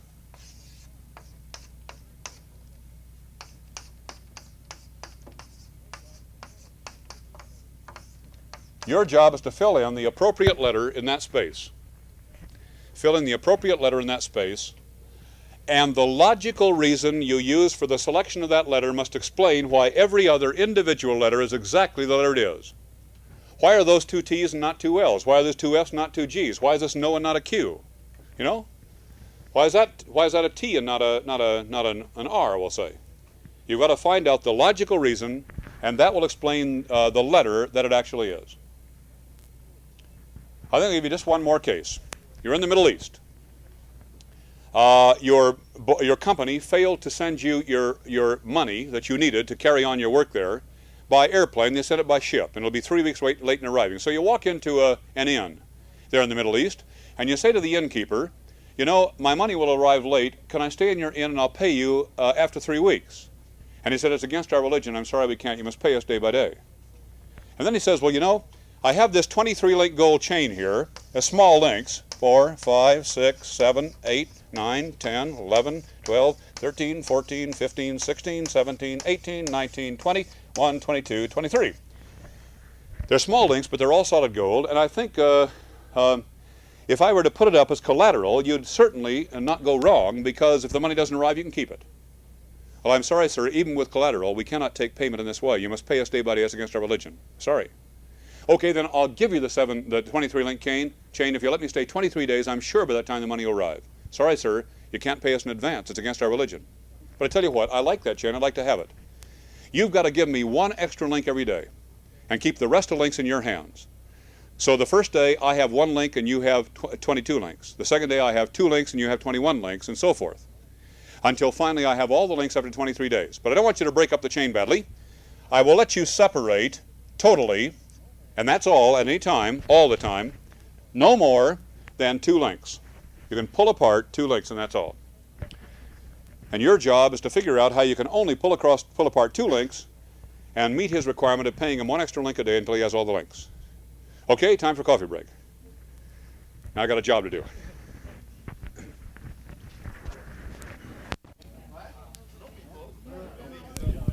End of side 1. Right. How many people in the room know how to take 6 matchsticks, put them together in a configuration of triangles, forming 4 equal-sided triangles, using all matchsticks and complete-sided triangles? How many can do it? 1, 2, 3. All right, we have 4 people that can do it. Tell you, I recall one fella who, he was a top executive. He worked in this one from 9 o'clock at night to 2 o'clock in the morning, rearranging the matchsticks, you know, getting them all set out there, every way he possibly figure out. And he finally came in the next morning real blurry-eyed and said, well, you know, I realize it's obvious I can't take this one and put it here and this one and put it here, because I've used 5 matchsticks and only have 2 triangles, because I'm not allowed to cross them, so I can't put one across here and it'd be too short anyway to stretch across, so I can't do it. And he said, now, you mean to tell me that I can make 5 matchsticks and then take 1 more matchstick and make 2 more triangles? He said, sure. Only problem is you're just locked in. You're making a wrong assumption. He'd been moving these matchsticks around for hours. Have you gotten it yet? Just came to you? Aha experience. That's what the psychologist calls the aha experience. Just came to you. Good. Now tell us this, Bill. What is the wrong assumption the people who are not able to solve it have been using? They're operating in one plane. Did you get that? The people that cannot solve it, here's a man just had the aha experience. You're trying to assemble them on a single plane. Now people work on this for days sometimes. In our engineering and management seminars we have every year on this campus, I have guys come back from every missile base, the overall base of airlines, many factories, many universities, and from foreign nations too. You know, and they've been working this for days and they can't solve it because they're locked in on a wrong assumption. You see, the thing I told this fellow was, look, think about a hinge here, and a hinge here, and a hinge here. Just think about hinges. And don't be flat. Don't keep it flat. He worked on it 3.5 more hours, still couldn't do it. He was so locked in, you see, by his assumption. When all you have to do is to take this lower part and bend it up so it sticks up like this, and take this matchstick and bend it down till it goes down to that point, and you have a kind of little teepee, right? But you see the point about the assumption, how we lock in? How many people know what these individual items are that you're buying in a hardware store that are rightly priced, practically rightly priced? How many people know? All right, tell us this. There's about 5 people that know. Once you buy these individual items, can you attach them at your house? If you have a house, okay? Okay, you can. Once they're firmly attached in place, from that time on, do you actively use them more yourself, or do the guests who come to visit your home use them more than you do? The guests do. You got the right answer. You remember Joe Walker, the X-15 pilot who flipped over the top of the B-70 and was killed and crashed the B-70, you remember? He was in our class several years ago. And about the 4th day, somebody broke through in this. And the next day, Joe said that he and a local scientist who was in the class, and Pat Marinelli, the head of the overall base of Pan Am back at JFK International Airport in New York, These three guys went through the local scientist's house when they found out it was something that the guests use more than they do. They went through the house from the ceiling, you know, in the attic, way on down through the basement for 3.5 hours trying to find things the guests use more than they do. Still couldn't figure it out. For those of you that can't figure it out, let me suggest this. Reduce the prices of 50 units and 100 units and 150 units to the smallest numbers in the same ratio. What numbers would you have? 1, 2, 3, right? Okay, here we go. For those of you that can't solve it, don't view those of you that can solve it, obviously see the correlation. Those of you that can't solve it, do you see any correlation between a 1, 2, 3 here and anything on that side? Huh?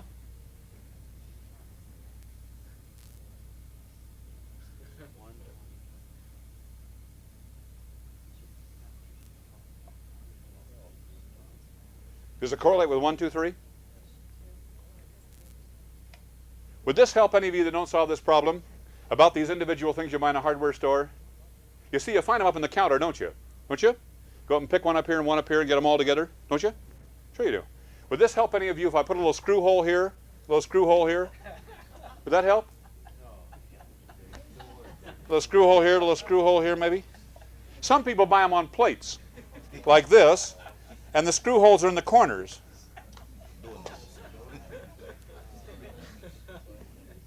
Some people buy them as solid items, and you put them in a little plastic holder with a light behind that shines out so the guests can see them. You ever got those like that in your house?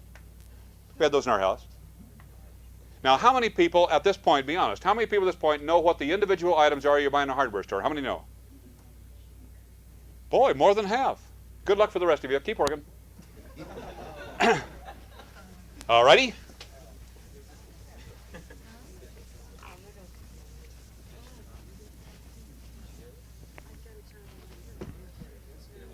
How many people in that last one, if I were up for murder, and your testimony would determine whether I go to the chair or not, would swear that I said one for 50 cents, a dozen for $1, and a gross or 12 dozen for $1.50? How many would swear I'd said that?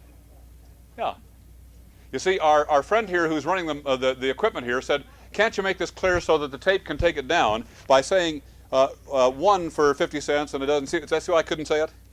You see, I couldn't say it because I was using different words, but you hear me say what you want to hear me say. Isn't that right? Sure. All right then.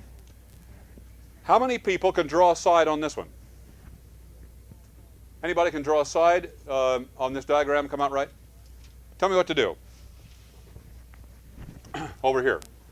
What would be a side angle with that? Remember, there's no dotted lines.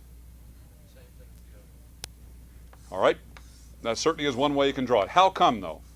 The big cube is made out of plastic and the little cube is made out of something else. Standing in space, we'll say. Or it's maybe plastic here. Maybe it'd be just a hole in a piece of plastic that goes, there's only one question now. If it's solid, would there not have to be dotted lines? If this was a hole that comes down from the top all the way through the bottom, when you look at the side, wouldn't you have to put dotted lines down like this?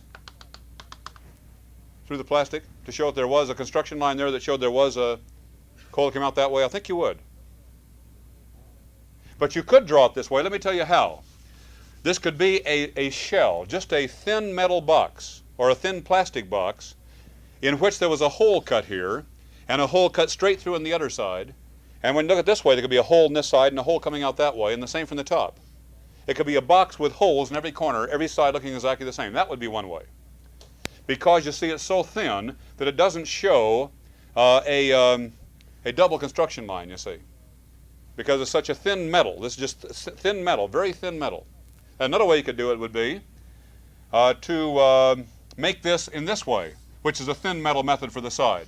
Because here it's so thin that you don't show the fact that there's a hole. Here looking at the side, there's a hole if you look forward that way and a hole underneath if you look this way. It's so thin, you show your thickness by specification rather than by the drawing.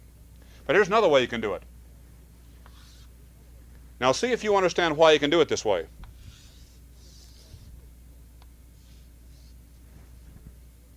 Isn't that right? If you look straight down on top, what do you see? You see that. It's a slanted piece, you see, but when you look straight down, all you see is that. When you look from the front, that's all you see.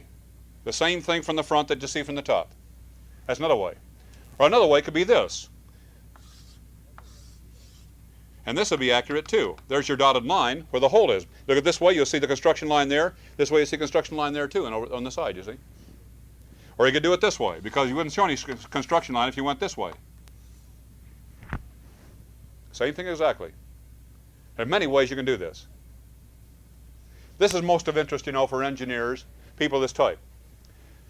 Let me ask if I can, how many people can take these 23 gold link chains now and only separate 2 links total, and still give the innkeeper an extra link every day, keeping the rest of the links in your hand till you paid him 1 link a day until he has all the links? How many people can do it? Sounds impossible, isn't it? You know why? Because you're locked in by a wrong assumption. That's all.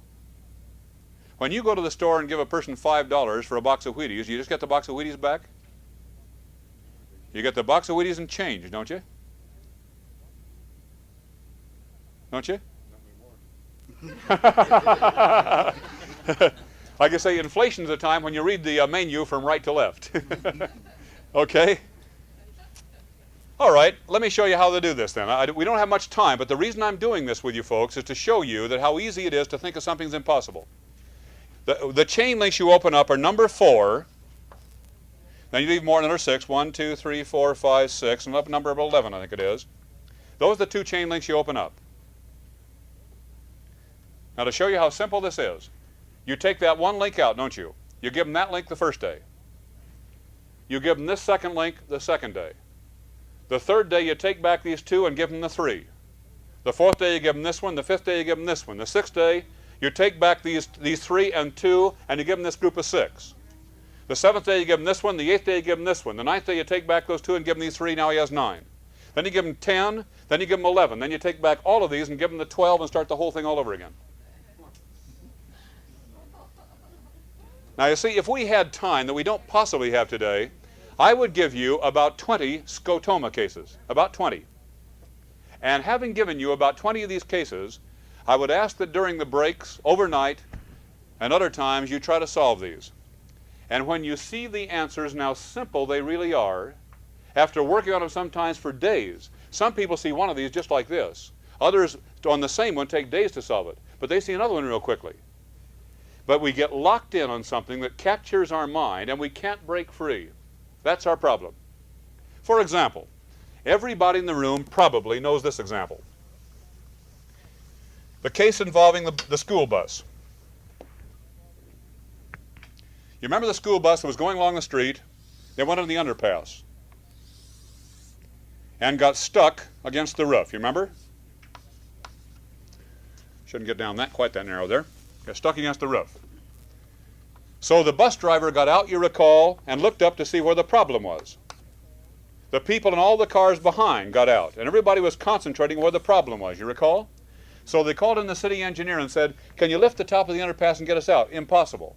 They called in the maintenance engineer. Can you cut the welds at the window and lower the top that way and get us out? Be very expensive, take an awful long time. Now, all in unison.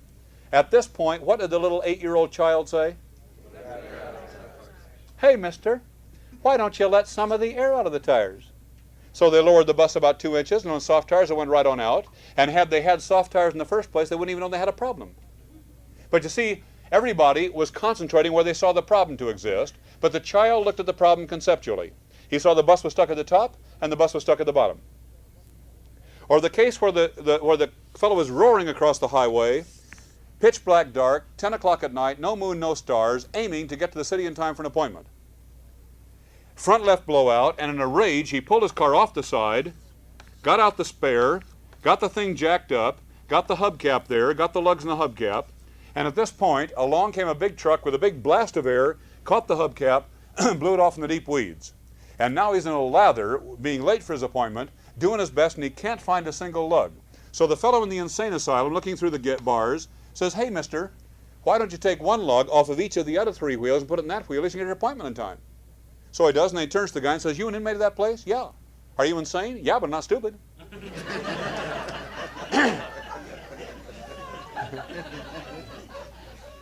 Now, of course, in most cars today, this is a stupid example, but it isn't with all vehicles. Some vehicles are not this way.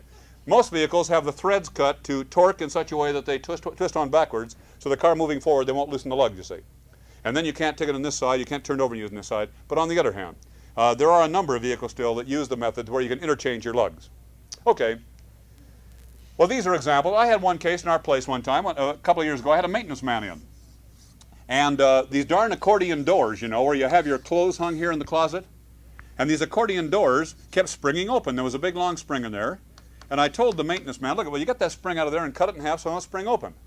He looked at me with a kind of funny look on his face, went up and reached down, unscrewed the spring and took it out, pushed them together, they still sprung open. So I made an adjustment here, put the spring back in, they stayed closed. But me and my big fat head, you see, I assume that because there's a spring, that's why it springs open. I would have destroyed the spring. It's the easiest thing in the world, you know, to lock in on an assumption. And like one boss said to his associate, you know, when he'd given him various complex instructions and told him what to do, and the guy wanted to look smart, so he didn't ask any questions and made certain assumptions and did the job and bushed it badly, embarrassed his boss, embarrassed himself. His boss, being a good boss and wanting to use this as a learning opportunity, called the guy in his office and on the blackboard wrote down in his office, you know what you do when you assume? You make an ass out of you and me. But it does happen to all of us. Now, remember this, folks, we've been talking about human values. Have we ever made assumptions about people the first time we met them?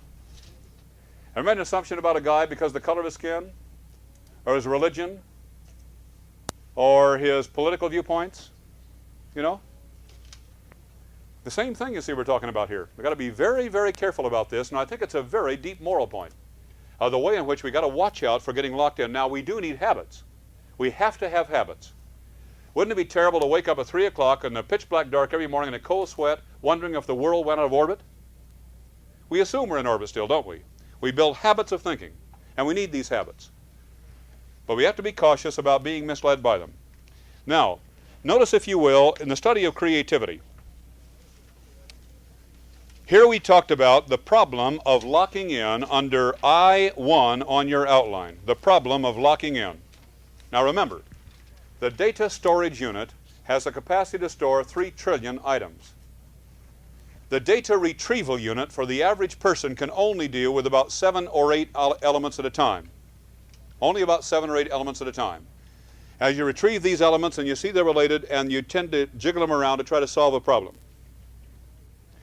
You see the child here saw the problem of the top of the bus, the top here, the bottom, the tires. You know, the child looked at all the elements.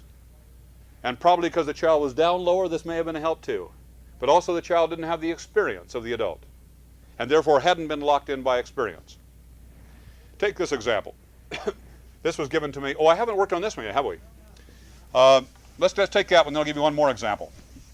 And just to be sure I don't forget it, I'll put the configuration on the board first of all, then come back to it. Now, how many people are confident they know what letter goes in here? Well, let's take different letters that different people have. Tell us what your letter is. Right? Okay. Anybody have any other letter? No other letter? E. All right. E. O. Now let me ask this. The person that chooses an E, do you do so because you got 2 T's, 2 F's, 2 S's, therefore there's 2 E's? Yeah. Uh-huh. There's a little more to my theory. Is there? Yeah. Does your theory explain why these are 2 S's and not 2 G's or some other thing? Yeah. It does. Good. You know, there's 2 S's and there's 2 T's, which are reversed in sequence as they fall in the alphabet. Uh-huh. And they're interspersed with the F's and the E's, which are also reversed. But why couldn't that be G's and this be, say, 2 D's? And still be interchanged, though. Well, F follows E in the alphabet. All right, then. Why couldn't these be 2 G's and these be 2 F's on that argument? They still follow themselves in the alphabet. Yeah. Yeah. So that doesn't clearly explain. You're working toward it, you see. You're getting a theory, but you've got to meet the test of that. That's great. That's great. Now, who has the O? Okay, how would you explain the O? Well, more intuitive than anything else, although I did try and figure out, I assigned Yeah. 26, then try to determine the numerical value between O and T and so on. Yeah. And somehow try to work out the relationship, you know, Mhm. with the O and T. Mhm. Not there yet. You're not there yet. Uh-huh. Yeah, I was doing that too, and I had Yeah, I've had quite a few people work on a numerical technique, which sometimes they're working for quite a few hours, and I've had a person work this out numerically. Can actually get one way to demonstrate it numerically. But I'm not there. Hmm. Have you worked it out yet? All right, I think you see it. Who among the ladies here is going to be a teacher in the future? Anybody? You're going to be a teacher? Any fella here is going to be a teacher? Yeah, Pete will be. Do you know the answer to this, Pete? All right, Pete, let's see how good a teacher you are, okay? You know the answer. Let's see how good you can teach people. Count these out loud, will you? Just count them, you know, count them in the order in which they appear. Yeah, 1. No. Okay, 1, 2, 3, 3. 4, 5, 6, 7, 8, 9, 10. Now, how many people with Pete's help know the answer now? You do too, Pete, huh? 1, 2, 3, 4, 5, 6, 7, 8, 9, 10, 11. Great teacher, Pete. Great teacher.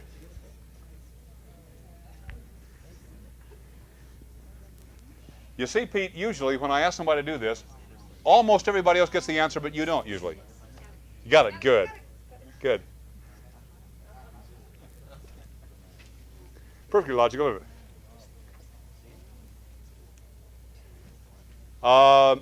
Let me tell you about this, and then we'll move quickly on because we have a lot to cover today. This was given to me. Oh, yes.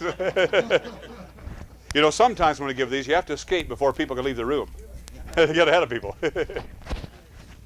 But you know, really, folks, I want to impress you with the fact that we're not playing games. We're not playing games. This is, and for the microphone, to get this down, it is an O-T-T-F-F-S-S-E blank T, and the blank is supposed to be an N because it's the 9th letter in the order of sequence. And good luck if you haven't figured out why. You use an N for the 9th letter.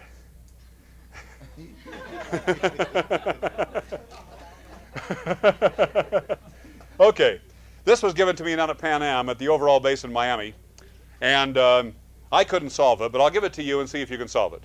A fella came up after a program. He said, you know, I got locked in by a scotoma.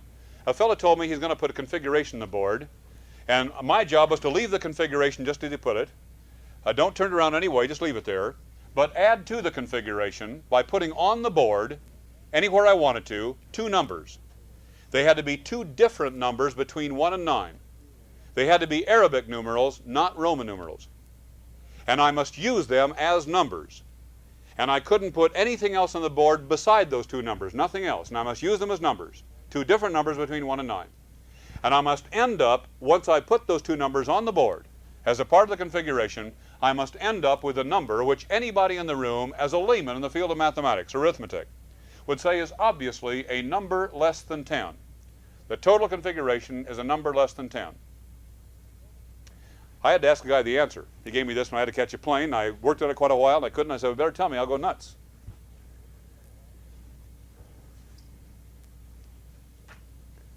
There's some, good, but don't give it yet, please. Let me give you a couple examples how guys have tried to use this. See what you think about this.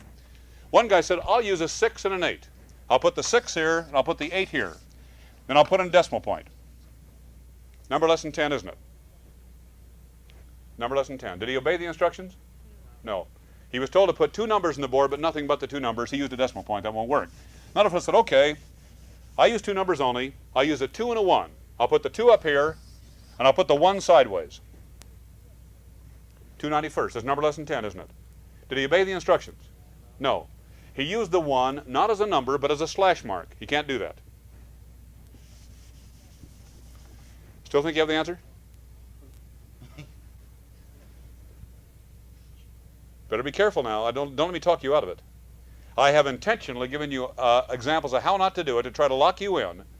Pardon me, to try to lock you out in the answer. So don't be sure. This is a configuration to which you're to add 2 numbers. You think you got it? Want to do it? Or tell me more? This is a configuration to which you're to add two numbers. Well, put two numbers on the board wherever you want to, but make them a part of the total configuration.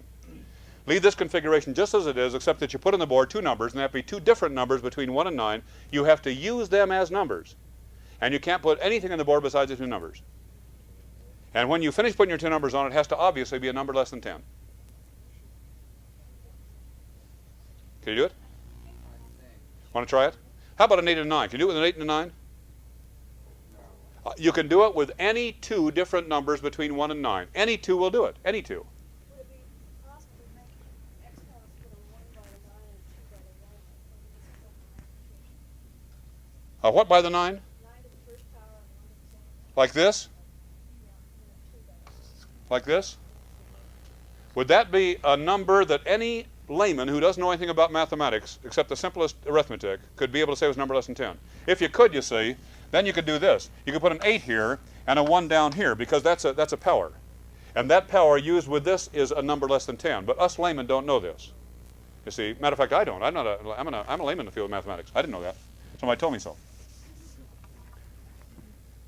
Well, let me show you how to do it. What two numbers shall we use? What do you say? Any two numbers. What do you want to use? 2 and 3. Okay. I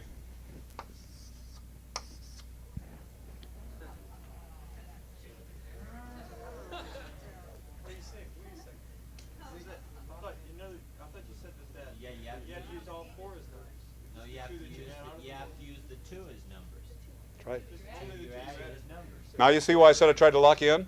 By putting a 2 over it and a 1 sideways, and I said you can't use that, you have to use the 1, you can't use the slash mark. That's the reason I did that. Helped to lock you in. Yeah. It's a configuration to which two numbers have been added. You see, the reason I couldn't solve this was two assumptions I made. I assumed out of my years and years of experience that that was a 91. Did he say it was 91? No, he said it was a configuration which you'd add two numbers. Number two, I assumed the numbers I added had to be that tall. He didn't say so, but I assumed it, and I was locked out. Happens in enterprise all the time, really.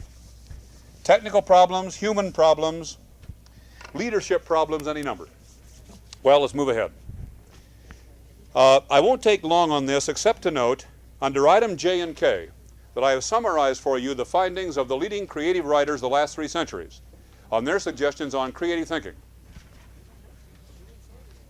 Some 3 centuries ago, a famous chemist suggested, I'll use computer language, not the language he used. He said, I build a total picture. When I have a problem to solve, I bring back to my mind each of the elements that seems relevant. And I go over and over them, keeping them below the subsurface level, bringing them back to minds and putting them together. And I refuse to lock in on the first configuration, the first way I see it. I insist on going over and over and seeing all possible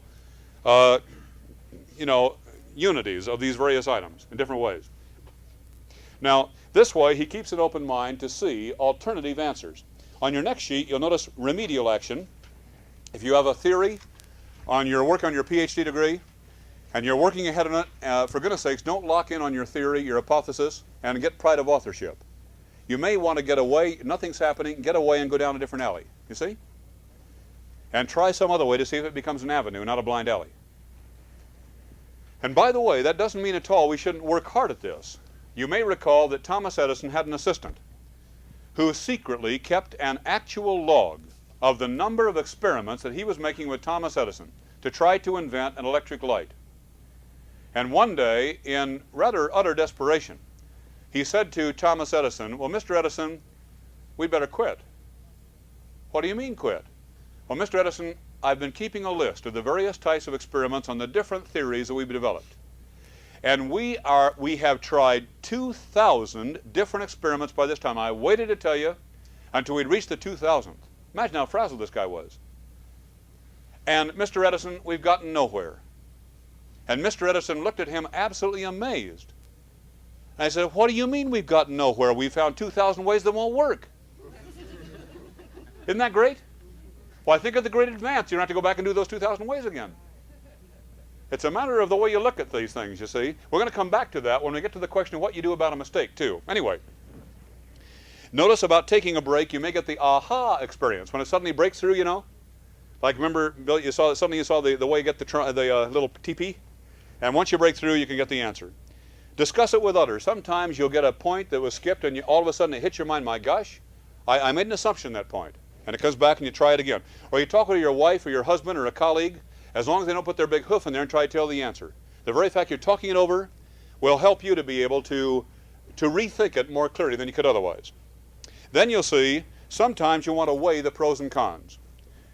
Now, if we go ahead and line up the following program in the residence hall for the students, this will be the cost factors. These are the upsets that might arise in the students' minds. But on the other hand, if we go this route, we won't get as much productivity out of it in terms of student enrichment, but along with these risks that we take, you see. So you've got to think in terms of the pros and cons and weight the factors at times. Now, finally, however, you may want to, of course, at some time you want to make a decision.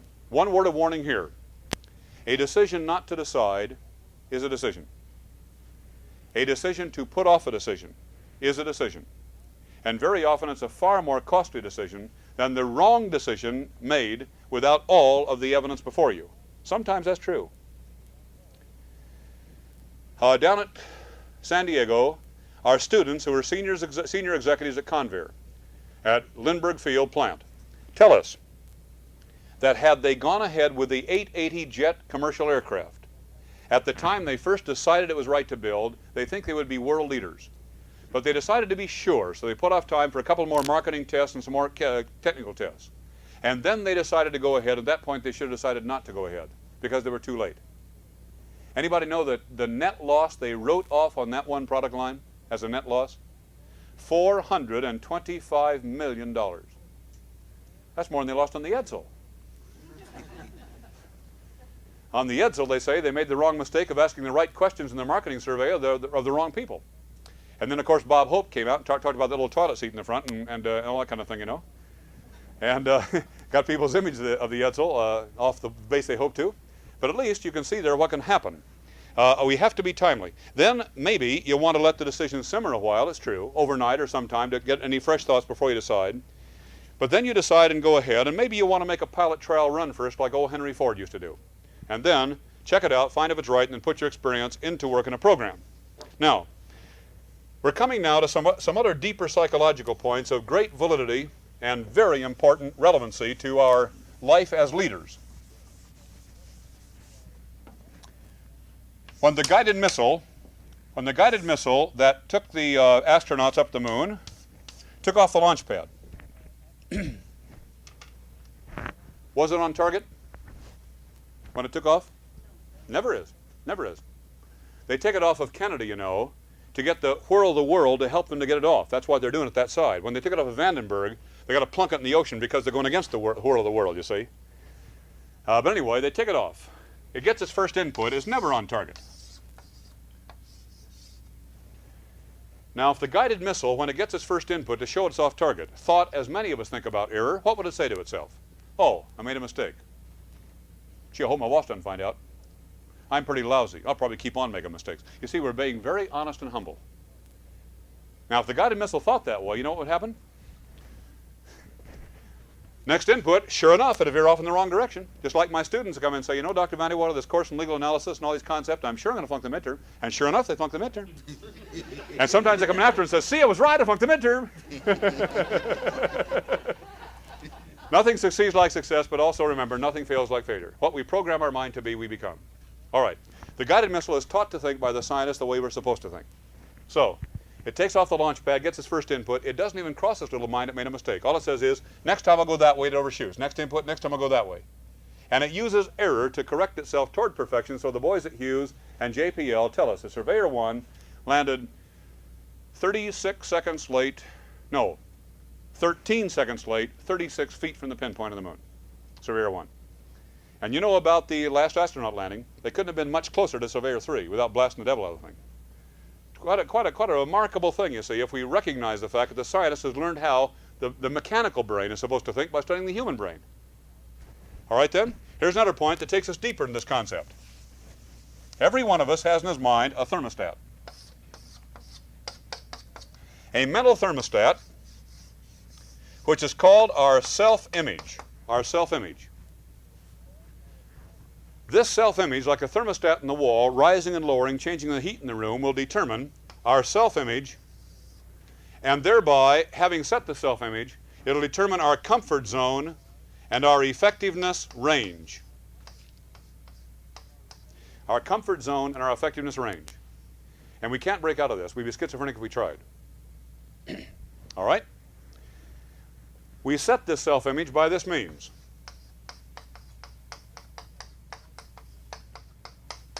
By self-talk. Is there anyone in the room that doesn't talk to himself? You're driving your car along, you say, I says to him, he says to me, when any smart say that to him, we all talk to ourselves. As a matter of fact, sometimes a couple of words come out and say, you kook, stop that. We did have the Sparkus Water Company with us, and the marketing man of their management group was with us. And he said, you know, when I was a little boy, I overheard my daddy talking to himself out pruning the roses. So I walked off the porch across the lawn up to my daddy and said to him, Daddy, what you talking to yourself for? Without a pause, he said, 2 reasons, son. I like to talk to an intelligent man. I like to hear an intelligent man talk. But even though we don't talk out loud, we all talk to ourselves. And what we say to ourselves about ourselves determines our self-image. Remember I talked about the brain? Remember? Sure. That's right. All right then. So what happens to us when we talk to ourselves about ourselves? We are actually determining by the way we think what we actually are. As a man thinks, so he is. And we can't escape this. It's just natural as night and day. So the consequence is, I would say, the second most traitorous thing we can do is to have a low self-image because it's a damnable lie. You know, 10 billion brain cells, 100 billion glia, neurons in glia, 3 trillion storage capacity, this built-in guidance mechanism, whether you call it the guidance of God or extrasensory perception, what do you want to call it? You know, the spirit and the mind of man. Think of the tremendous qualities of potential we have. And it's a damn lie. And what we'll give to our neighbors, our friends, will be at a very low level indeed that way. What gets me sometimes, you know, I happen to be 52 years of age now, and sometimes it gets me because people start talking about being middle-aged. My definition of middle age is 10 years older than I am. And that'll be my own image till I die, I think, you know? Isn't that right? Sure will. Okay? What bothers me sometimes is to see some of my friends, executives in companies, whose wives sit at home and say, you know, the kids have grown, they're off to college now, my husband has an important job, he has a lot of adventure in his life, I'm not needed anymore. And they talk themselves down and down and down and down. Think of the utter tragedy. Why what they should say is, who am I? What do I take on next now that I have this extra time now? You know, the classes, the painting, the community service, whatever it is, you know, and you go out and live. That's the whole thing. Well, this is the key thing I want to emphasize at this point that I think is so vitally important, is to take time to think about this. Now, let's move on, if we can, to note that all of us build the furniture of our minds, from act to habit to power. We had a course in law school in the history of ideas taught by President Hutchins and Mortimer Adler, the head of the Great Books program. And old St. Mortimerius, he used to always slam the table with us students and say, act to habit to power. You know, he tried to beat it in, just screaming it out. You know, that we are the authors of our fate.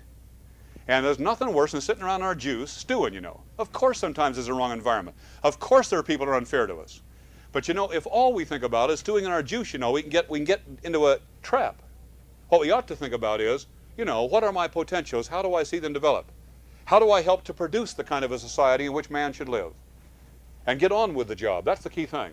And find other people who believe as you do if you think things are wrong, and work on a positive basis to build an answer. Now, I want to mention to you in item O the fact that we all have quirks in our works. That's the next point. And I think I can demonstrate this to you quite simply. There may be, in building the furniture of our mind, a rational cause. When our little kids were little toddlers, anytime any one of them stepped off the curb in the street, he got a whap in the rear end. Never had to do it more than twice, they're all alive today. But you see what happened? The whap in the rear end, resulting in unrest. Resulting in repetitive data input. Whew, mommy will hit me, daddy won't like me. Whew, see that curb, you know? And this builds, by repetitive data input, an inhibitive resistor into the mind. It could also build, by another means, a compulsive driver. Like you tell your employee, look, Maisie Jones, you've been late 3 times this year, this last month. I've told you I can't put up with this already. One more time, Maisie, and you're fired. Now shape up or ship out. And Maisie starts throwing data. I got to be on time. I got to be on time. I got to be on time, you know? She goes up to sleep in a worry, thinking about it. Next morning, the alarm goes off. They're rising from the subconscious. I got to be on time. Foot hits the floor in the shower. After a while, she's programmed her mind by a compulsive driver The unrest is now gone because she has a new habit. She thanks her boss for using fear before he fired her. Thanks, boss. I'm glad you weren't as soft as a hamburger bun and thought that there's never time you should use fear. I've got a new freedom now because I've got a new programming in my life. I don't have to wake up and make an executive decision to get out of bed. It's all programmed in. Now, on the other hand, there could be irrational cause. Suppose you were a little kid and your mother or your father, every time you came in 10 seconds late from school, you got a whap in the rear end. Got to be on time, got to be on time, you see. That's what goes through your mind constantly. So at school all day long, I got to be on time. And you are on time, but a couple of days later, the teacher keeps you late to help clean up the schoolroom. And you go home in fear, whap in the rear end, got to be on time. You know, thousands of times you're storing that data all the way through school. Got to be on time, got to be on time. Now you're a grown person. You're an executive. You got an important appointment coming up. Sweat pours out of your armpits and down your back, and you finally walk in time like a limp rag. You don't know why. You're a CP. You're a CP. The psychiatrist refers to this as a compulsive punctual. But it's irrationally planned, you see. And this happens to all of us. Sometimes you can't speak in public because you never told to shut up like this and you froze up, and you want to please your mother or daddy. Now, I'm not suggesting any one of us have to lie on a couch and pay a guy $35 an hour to tell him how we hate our mother and daddy. I'm not suggesting that. We're all good, normal, quirks in our works people. You see? But the point of it is, if we see these points, then we can begin to deal with them on a positive basis. That's the only thing I'm suggesting. Now, remind you of this point. Suppose Maisie Jones, if it was Maisie Jones, I think, that you got mad at for being late, suppose she programmed the goal in the future sense. So she decided to put down a goal. Tomorrow I will be on time. Tomorrow I'll be on time. And she puts it down over and over in her mind. You see, tomorrow I'll be on time. Writes the goal that way. Because it is tomorrow, you see, that you're going to be on time. So she writes down, tomorrow I'll be on time, tomorrow I'll be on time, goes off to sleep. The alarm clock goes off, that's the perception. There rises from the subconscious the thought, well, tomorrow I'll be on time.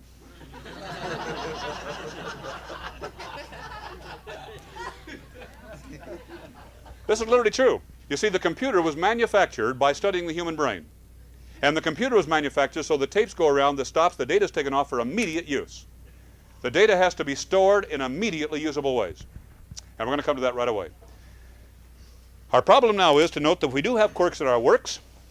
It doesn't mean at all that we don't need to think in terms of a positive answer on a sound basis that can actually work to this problem rather than saying, I'm no good, I'm pretty awful.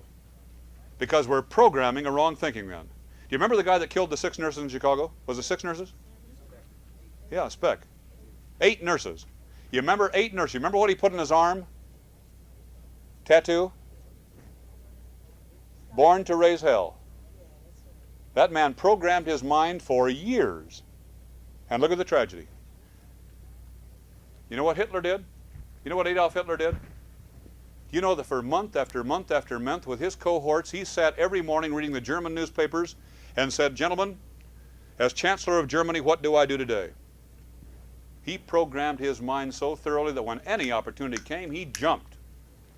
So what I'm talking about is not a moral concept. It can be used for the worst evil in the world, which is all the more important, to become a goal-oriented person on the good basis that builds an answer to the evils in the world. Because it's not a moral concept. It can be used for good or evil. That's the point. But all of us are goal-oriented. The only point is we should all take the time to really know what our goals ought to be. Because once we program goals in the right way, we are drawn toward them as peacefully and surely as you can imagine. Take this example. Speaking of the subject at the UCLA campus 2 Februaries ago, a lady came up after the program of the California Business and Professional Women's Clubs and said this, my name is Helen Berger.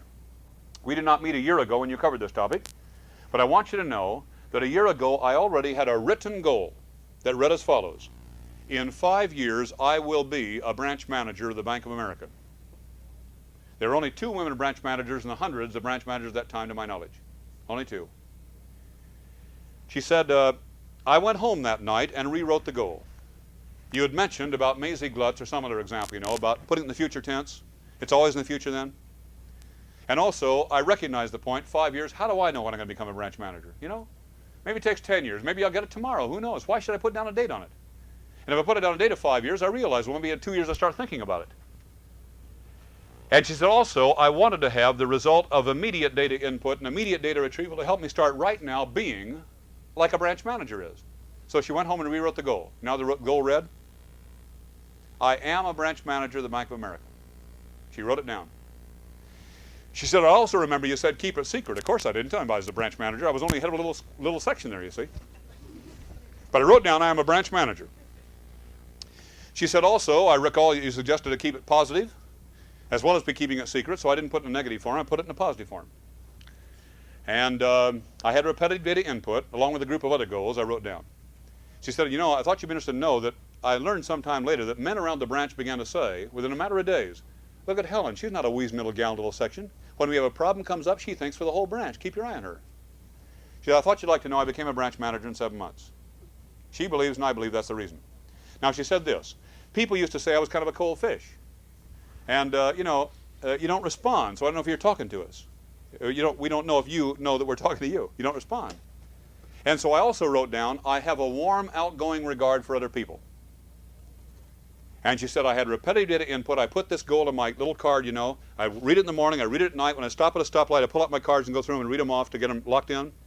And it was amazing how I began to notice, as people talk to me, I have a warm, outgoing regard for other people. It just, perception of person talking, stored data, I have a warm, outgoing regard, I tend to respond. She said I didn't want to be a weazened little gal climbing the ladder, a grasping woman. So I put down, I give, only hoping to gain out of what I have given. I am grateful for the chance to be of help to others, never seeking credit for what I do. And anybody that says we shouldn't gain, I think, is very, very false, very wrong. Anybody that doesn't want to increase their income, I suspect is being immoral. The only issue is this. Are we out to get all we can and then grudgingly give what we have to get it? Or are we out to give our very best, expecting the gain to rightfully follow the give? Only issue. Because you see constantly, with the going cost of living and everything, all of us have that problem. We have a duty to others that we support at times, to see that we do seek a way to increase the income. And it's got to be in the right order of values. That's what Helen Berger put down. The head of engineering and maintenance for Pacific Telephone and Telegraph Central Division asked for this presentation in February, having heard it the previous December. And it was given a month and a half after he heard it. And he said, gentlemen, to his 350 supervisors, said, gentlemen, I heard this lecture a month and a half ago. I went home that night and wrote down for myself 34 goals. It took me about 3.5 hours. I put every one of them in the present tense as an image, my self-image of myself as I wanted to be. They were for my personal life, my social life, my family life, and my personal business life that involved me. My position, my income and all, you see. My character, my competence, my friendships, my service to the community. What we do as a family, the family car, the family home we want. These goals I put into my mind. And he said, I think you'll be as amazed as I am that after repetitive data input, within a month and a half, I have exceeded more than 2/3 of those goals. I've had to have data revision to avoid a plateau. Amazing thing. And he said, I'm not working harder, I'm working smarter. And not only that, but I've had delegated authority to you guys like you've never had before. I'm getting better feedback, know if you're getting your job done. You're freer to think for yourself, but I'm on a much more results-oriented basis, not breathing down your neck on how you're doing it. I've got goals that have freed me from that past habit of mine. And I feel a lot more happy, and I'm doing my job at my level, and you guys are freer, and I've watched you respond to it. Well, anyway, I merely said, as a matter of fact, I was stopped in Cuernavaca, Mexico, in our President's Association program, which we have several times a year for only corporation presidents, sponsored by the American Management Association. We had 45 company presidents in Cuernavaca, from this country, Canada, and Mexico. And one fellow on the street said, I heard this lecture 5 years ago. I had not had a family vacation in 22 years. This is my 6th vacation with my family in the last 5 years. He said, I wrote down that night when I heard this lecture, in my family goals, I regularly take local and distant trips, individually and as a group of members of my family. From that time on, no longer did I say, this is business, I can't think about the family. When I take a trip, I think of this point. I also have a goal, I meet my budget. I don't always take the family. But at least I think, shall I take my oldest daughter? How about my second son? How about my wife? This is the 6th time in 5 years all the family have been with me on a trip. And I'm a heck of a lot better businessman. I'm more at peace. I'm a more whole individual. You see, he programmed something that would be a family goal in this way. I've seen hundreds of executives do this. I've seen hundreds of people in business, in university life, students, other people do this. And I'd recommend this as a test. Notice the suggestion in item Q. When you have the power of effective goal images, they draw you to them like a magnet. If you write them down only if you think they're achievable, even though it's a heuristic principle to decision making, intuitively, when you don't know how you're going to do it. You don't put a date on them. make them as a current image, make them in a positive sense. Let me give you an example of a positive secret or private goal. In my seminars at USC, I had a student about a year ago, major in the El Toro Marine Base over here, fighter pilot. And when I mentioned this to class and mentioned the next week, any of you guys tried this? This fella raised his hand and said, I'm sold. What do you mean? He said, well, you see, I'm a 3.5 packer a day. My doc said I'd get away from it, so I did, but I got anxious, I got back to it. I'm back to 3.5 packs a day, which with the 1.7 packs we all smoke out of the atmosphere in a good smoggy day is too much. And so consequently, I decided to try this. And he said, I thought it was achievable because I'd done it once, so at least I wasn't locked out from that point. But you also said, write it positively, not negatively. So I wrote before I left the class, I enjoy not smoking. He didn't put down, I have stopped smoking, you see, or something negative. I enjoy, the most positive way to write it down. He said hundreds of times between USC and El Toro Marine Base, over and over in my mind, I enjoy not smoking, I enjoy not smoking. And he said, I went off to sleep when I got home. The next morning when I awakened, the first thought that smacked into my mind was, I enjoy not smoking. I can't explain it, but I enjoy not smoking. Now, I can't tell you this. I've heard of the guy doing that in 2.5 weeks by data input, and then finally experimenting and finally enjoy not smoking. But on the other hand, usually I find a guy will go right on smoking, you know, and because it's free, nobody knows about it, you see. The major said I didn't tell my wife because if I told my wife, she might say, darling, you're not living up to your goals. And I'd be a woman pleaser, you see, rather than being drawn from within myself as a matter of integrity. And she should do the same for herself. Well, anyway, I've seen this happen with so many people. I've used it myself constantly in a good number of years. And I found it makes a tremendous difference in the adventure and enrichment of the life we live. Then, if you'll notice, the suggested process here in item S on goal usage. You get a perception, you retrieve your life goal that's consistent with that opportunity, you use that to evaluate, you make your decision, you take action, that's how you get fulfillment. Now, honestly, all our minds are programmed. We all program our minds about getting up in the morning, many things, and they become freedoms. And if we understand our goals, all the better. Now, what if you don't make a goal? So what? There's no date on it. Nobody else knows about it. Some time ago, one of my clients suggested he'd very much like my help. He was very concerned. Help him in avoiding his wife divorcing him. I put that down as a goal. She still walked off with $6.5 million that guy's money. I tell you, she deserved it, by the way. It was a community property law, and she had every right to get divorced. But you know, when I'd be up there in their area, I'd drop in and see the family and talk with them, you know, talk more with the daughter, you know, where she hated her dad's guts and so forth, talk things over. I failed in this point, but so what? I failed in that case in good conscience. I do what I should. As opportunities came up, you know, but it didn't work. So what? Got 33 other goals. And after all, it's just a matter of setting goals that are priorities you think would be useful in working toward a particular objective. All right then? Now, notice the difference between what I've talked about personal goal setting and managing by objective, item T. Peter Drucker has written the classic in this field of managing by results. If we know as a group what our objectives are, they cannot be secret because our group objectives are shared. Further, they're not stated in the present tense, they're stated in the future tense. And we put a target date on them.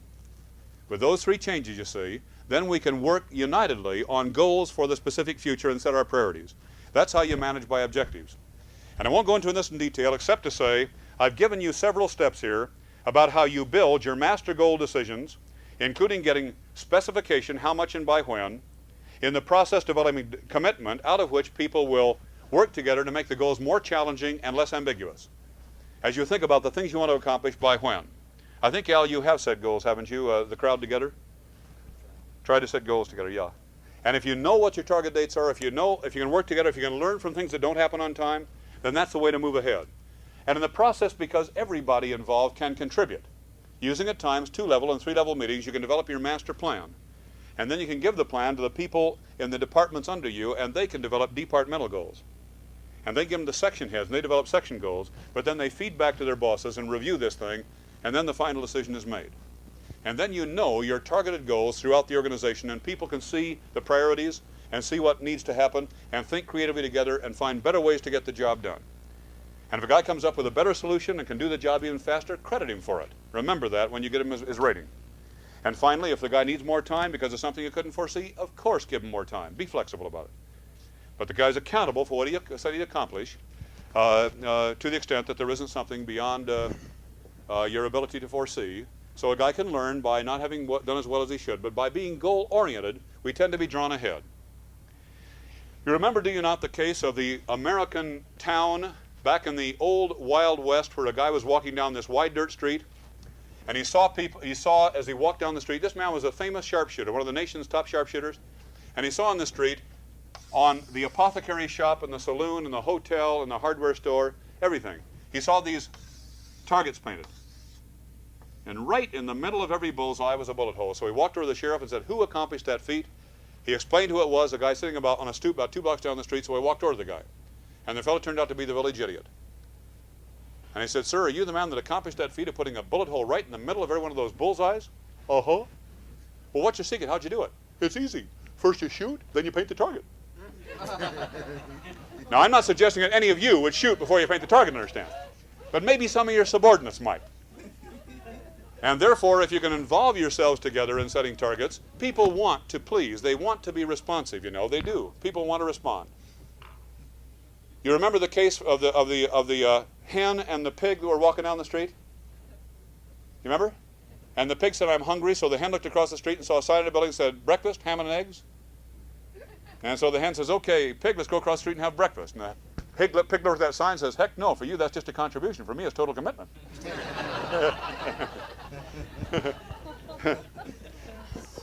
Well, we get a lot further toward getting total commitment if we will take steps to develop with others and involve others, and that becomes their property along with us as we work on goal planning.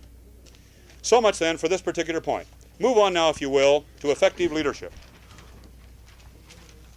We've already talked adequately about the point of effective leadership except involving the home life. And here I think is where we've often missed the boat because we haven't thought about our scale of values.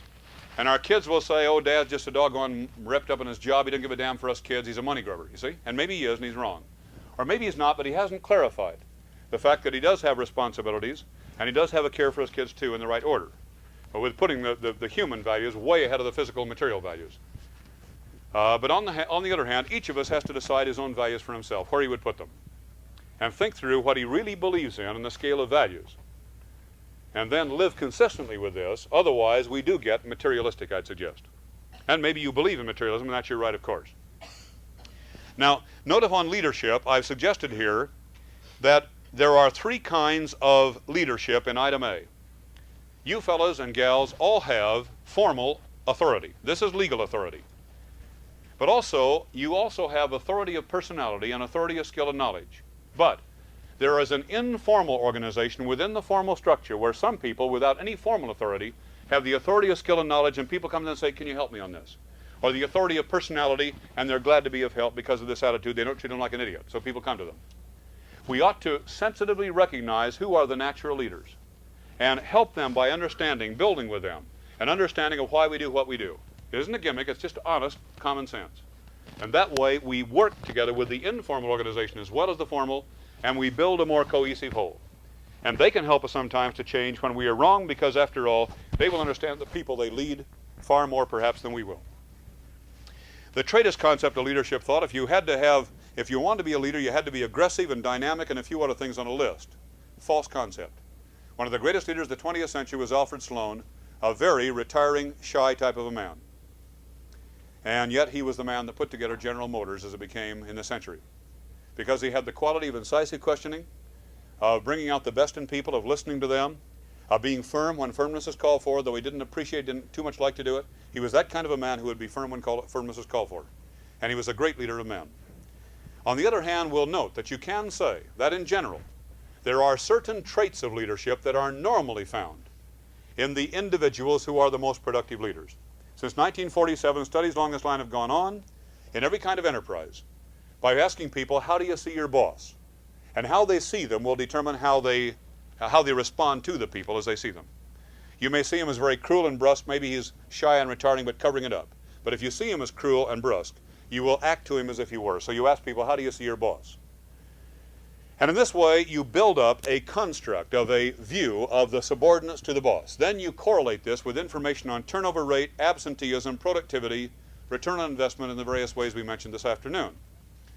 And in about 85% of the high-producing departments over a substantial amount of time, not immediately. The cruel, arbitrary boss that uses fear constantly, research shows, gets a higher productivity immediately than the man that does not, but it doesn't last. It all breaks the thing apart. And because he's shown such dynamism, they give him a raise in pay and an increase in position. He leaves behind the garbage he caused, and then somebody else has to clean up the mess. No, over a substantial amount of time, you find certain leadership qualities that have really paid off in productivity. And about 85% of these high-producing departments have certain kinds of leaders with certain qualities. In about 80% of the low-producing departments, these qualities are substantially absent. And here the qualities are listed here, starting at the bottom of this first page. As seen by the employees, they are employee-centered rather than job-centered. Of course, they're concerned about the job, but first about the man's understanding his role, seeing his role, and so forth. He has high enthusiasm, but far more than this, otherwise just happy Harry, pound the guys in the back, you see. He believes in the job's value. If you have subordinates that think you don't think your job is important, they say, well, why peel myself?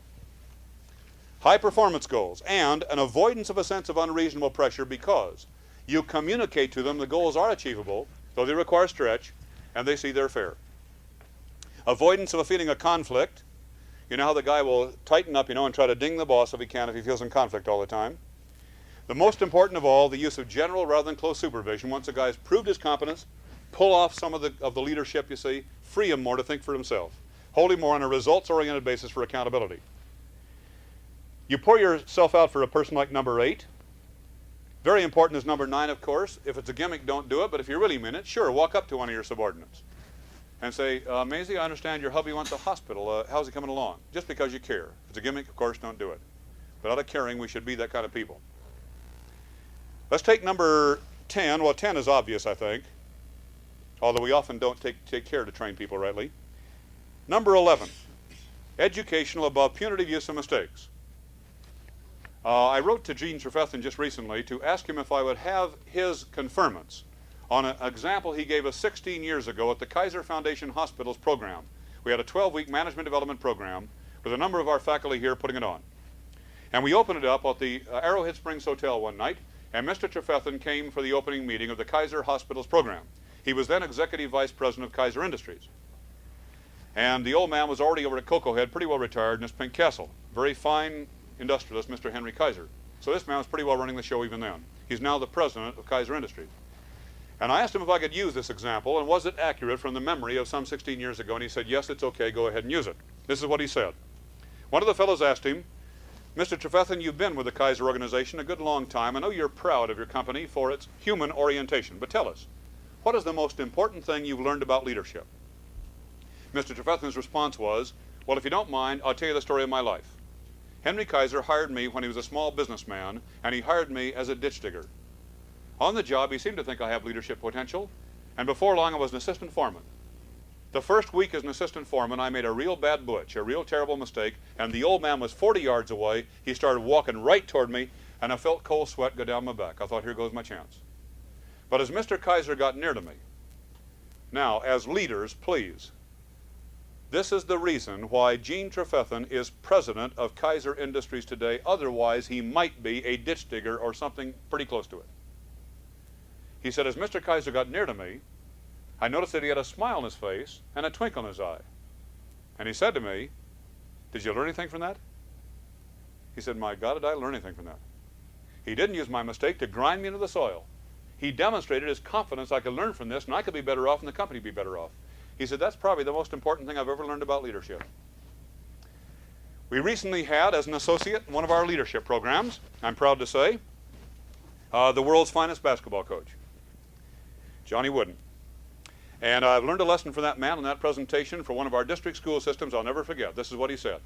Never in my professional life as a basketball coach has any player ever heard me say, go out and win the game. Never. What I say is, fellas, make every play perfect.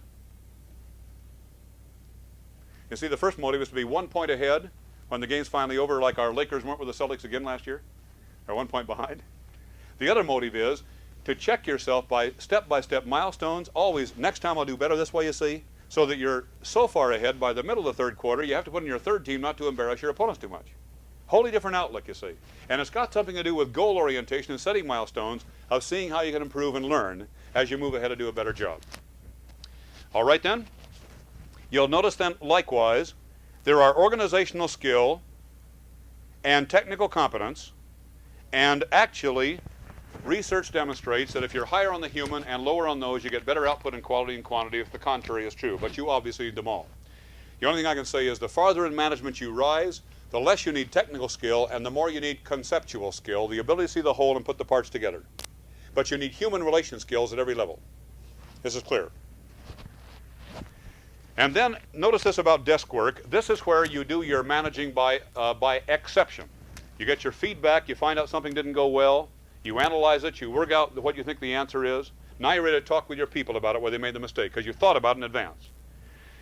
But I'd suggest it's usually better to go out and talk with them where they normally work. Don't call them into a private office, you know, where they feel a little bit constrained. And you can tell them, well, folks, I've made a check here now. I find out this was a lousy result, and here's what you're going to do. Then they'll probably say to themselves, but not to you, what does that old goat know about it? Maybe we have some inputs he hasn't had yet.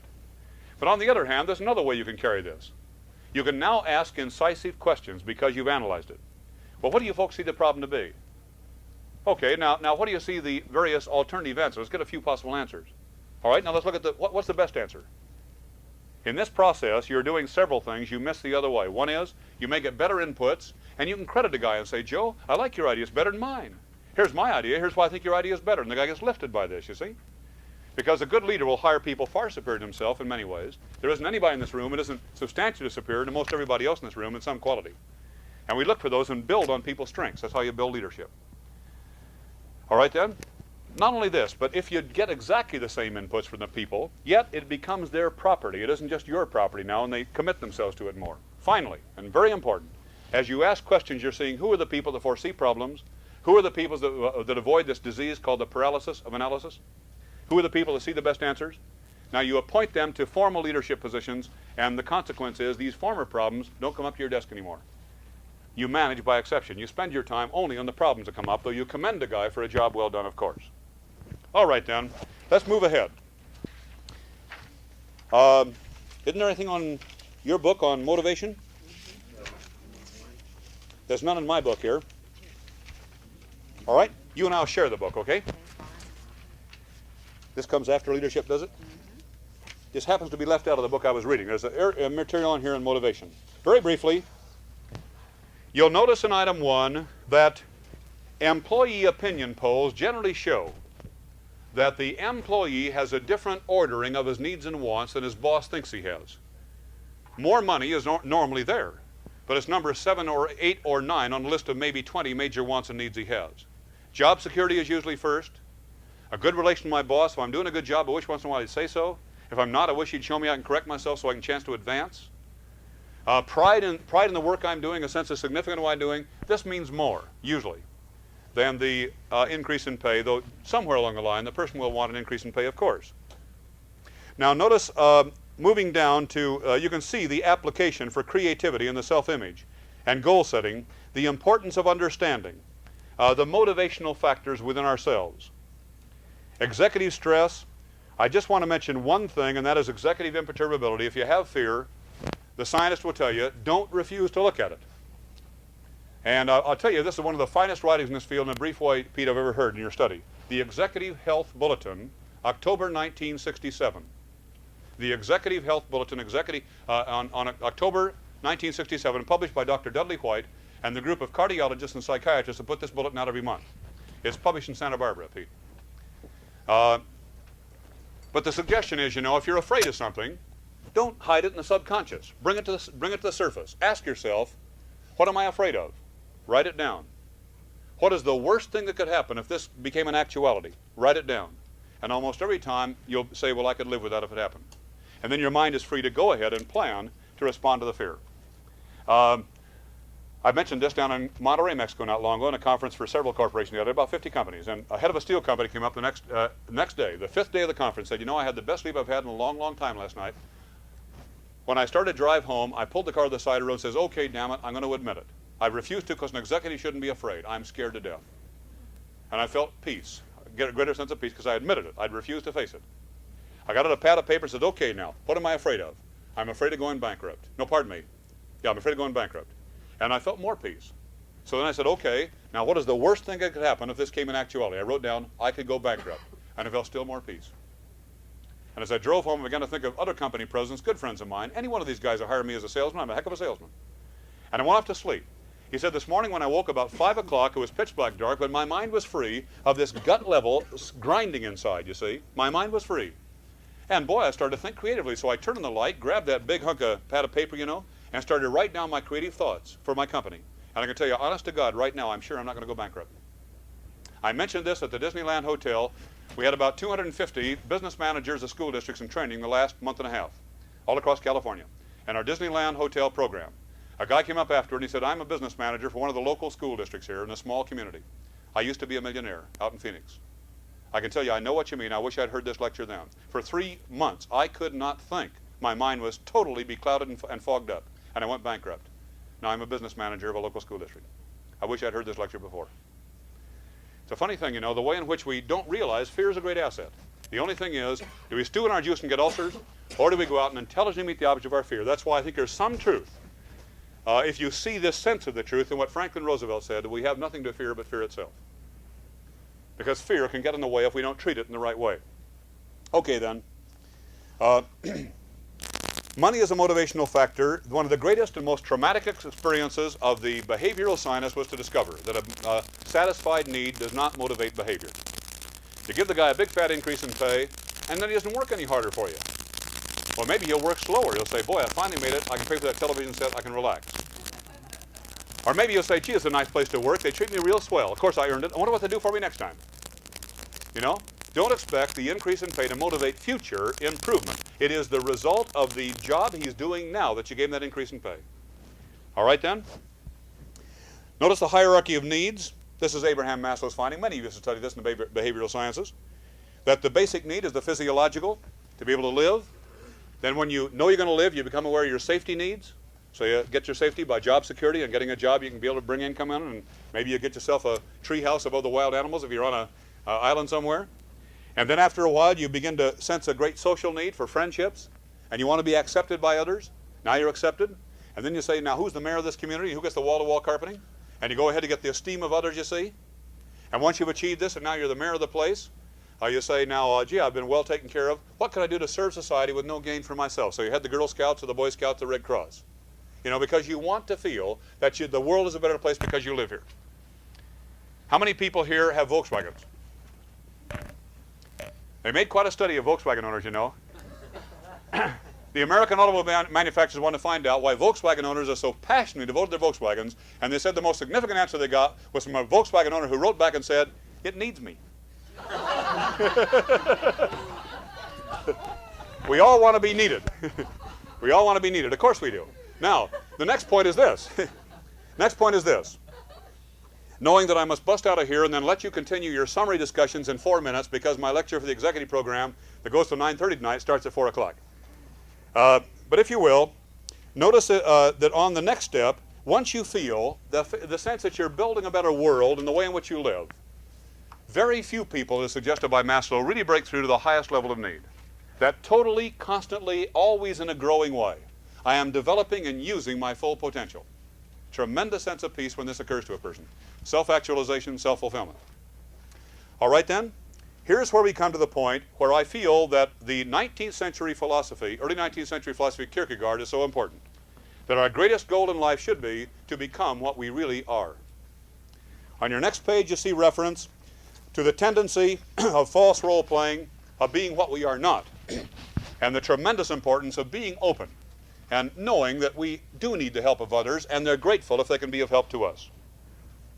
And then we think about our scale of values, which for me means the spiritual at the top, no matter how you define it. Could be a religious or a non-religious concept, what you find within yourself, the spirit within you. Your spiritual values, your moral and ethical values, your social and human values, and your material values absolutely last, even though, of course, we die without material things. But you see, the issue is, do we live to breathe, or do we breathe in order to live? Just a matter of the right ordering of those values. I think if you read over the conditions for manager motivation, you will see for yourself about realizing a potential, your meaningful goals, and the systems to be able to credit people for a job well done and help them improve are the ways that you motivate people in managerial capacities. I simply, in item 7, give a list of the various kinds of organizations. The entrepreneurial, the mechanical as you grow and have to put in systems and procedures, and then the need to turn that into a dynamic institution where people are really involved creatively together.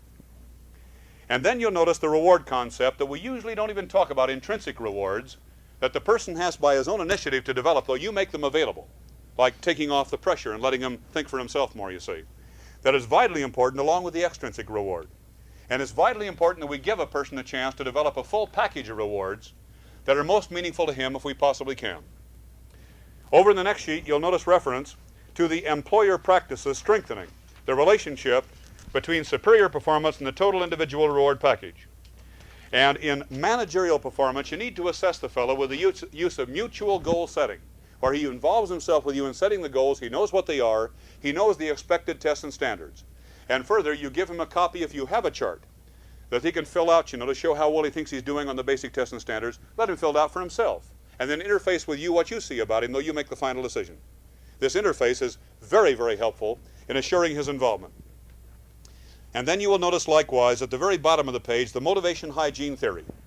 Listed here, you'll notice, are a series of hygiene factors which research so far will seem to demonstrate do not motivate. But if we don't supply them, people are terribly upset. And they'll quit the job, or they'll go out and organize a militant union, call a strike, any number of things. But we ought to supply these hygiene factors. They're not motivators. And that includes pay, and that includes the working conditions and the job security and the kind of a boss the fellow has, and the policies in their administration, and the relation of the job to your personal life. Do they keep waking you up and calling you away from your chance to sleep at night? All these things are hygiene factors that cause a person to say, it's a clean place to work, I like this here, I won't quit, but they don't motivate.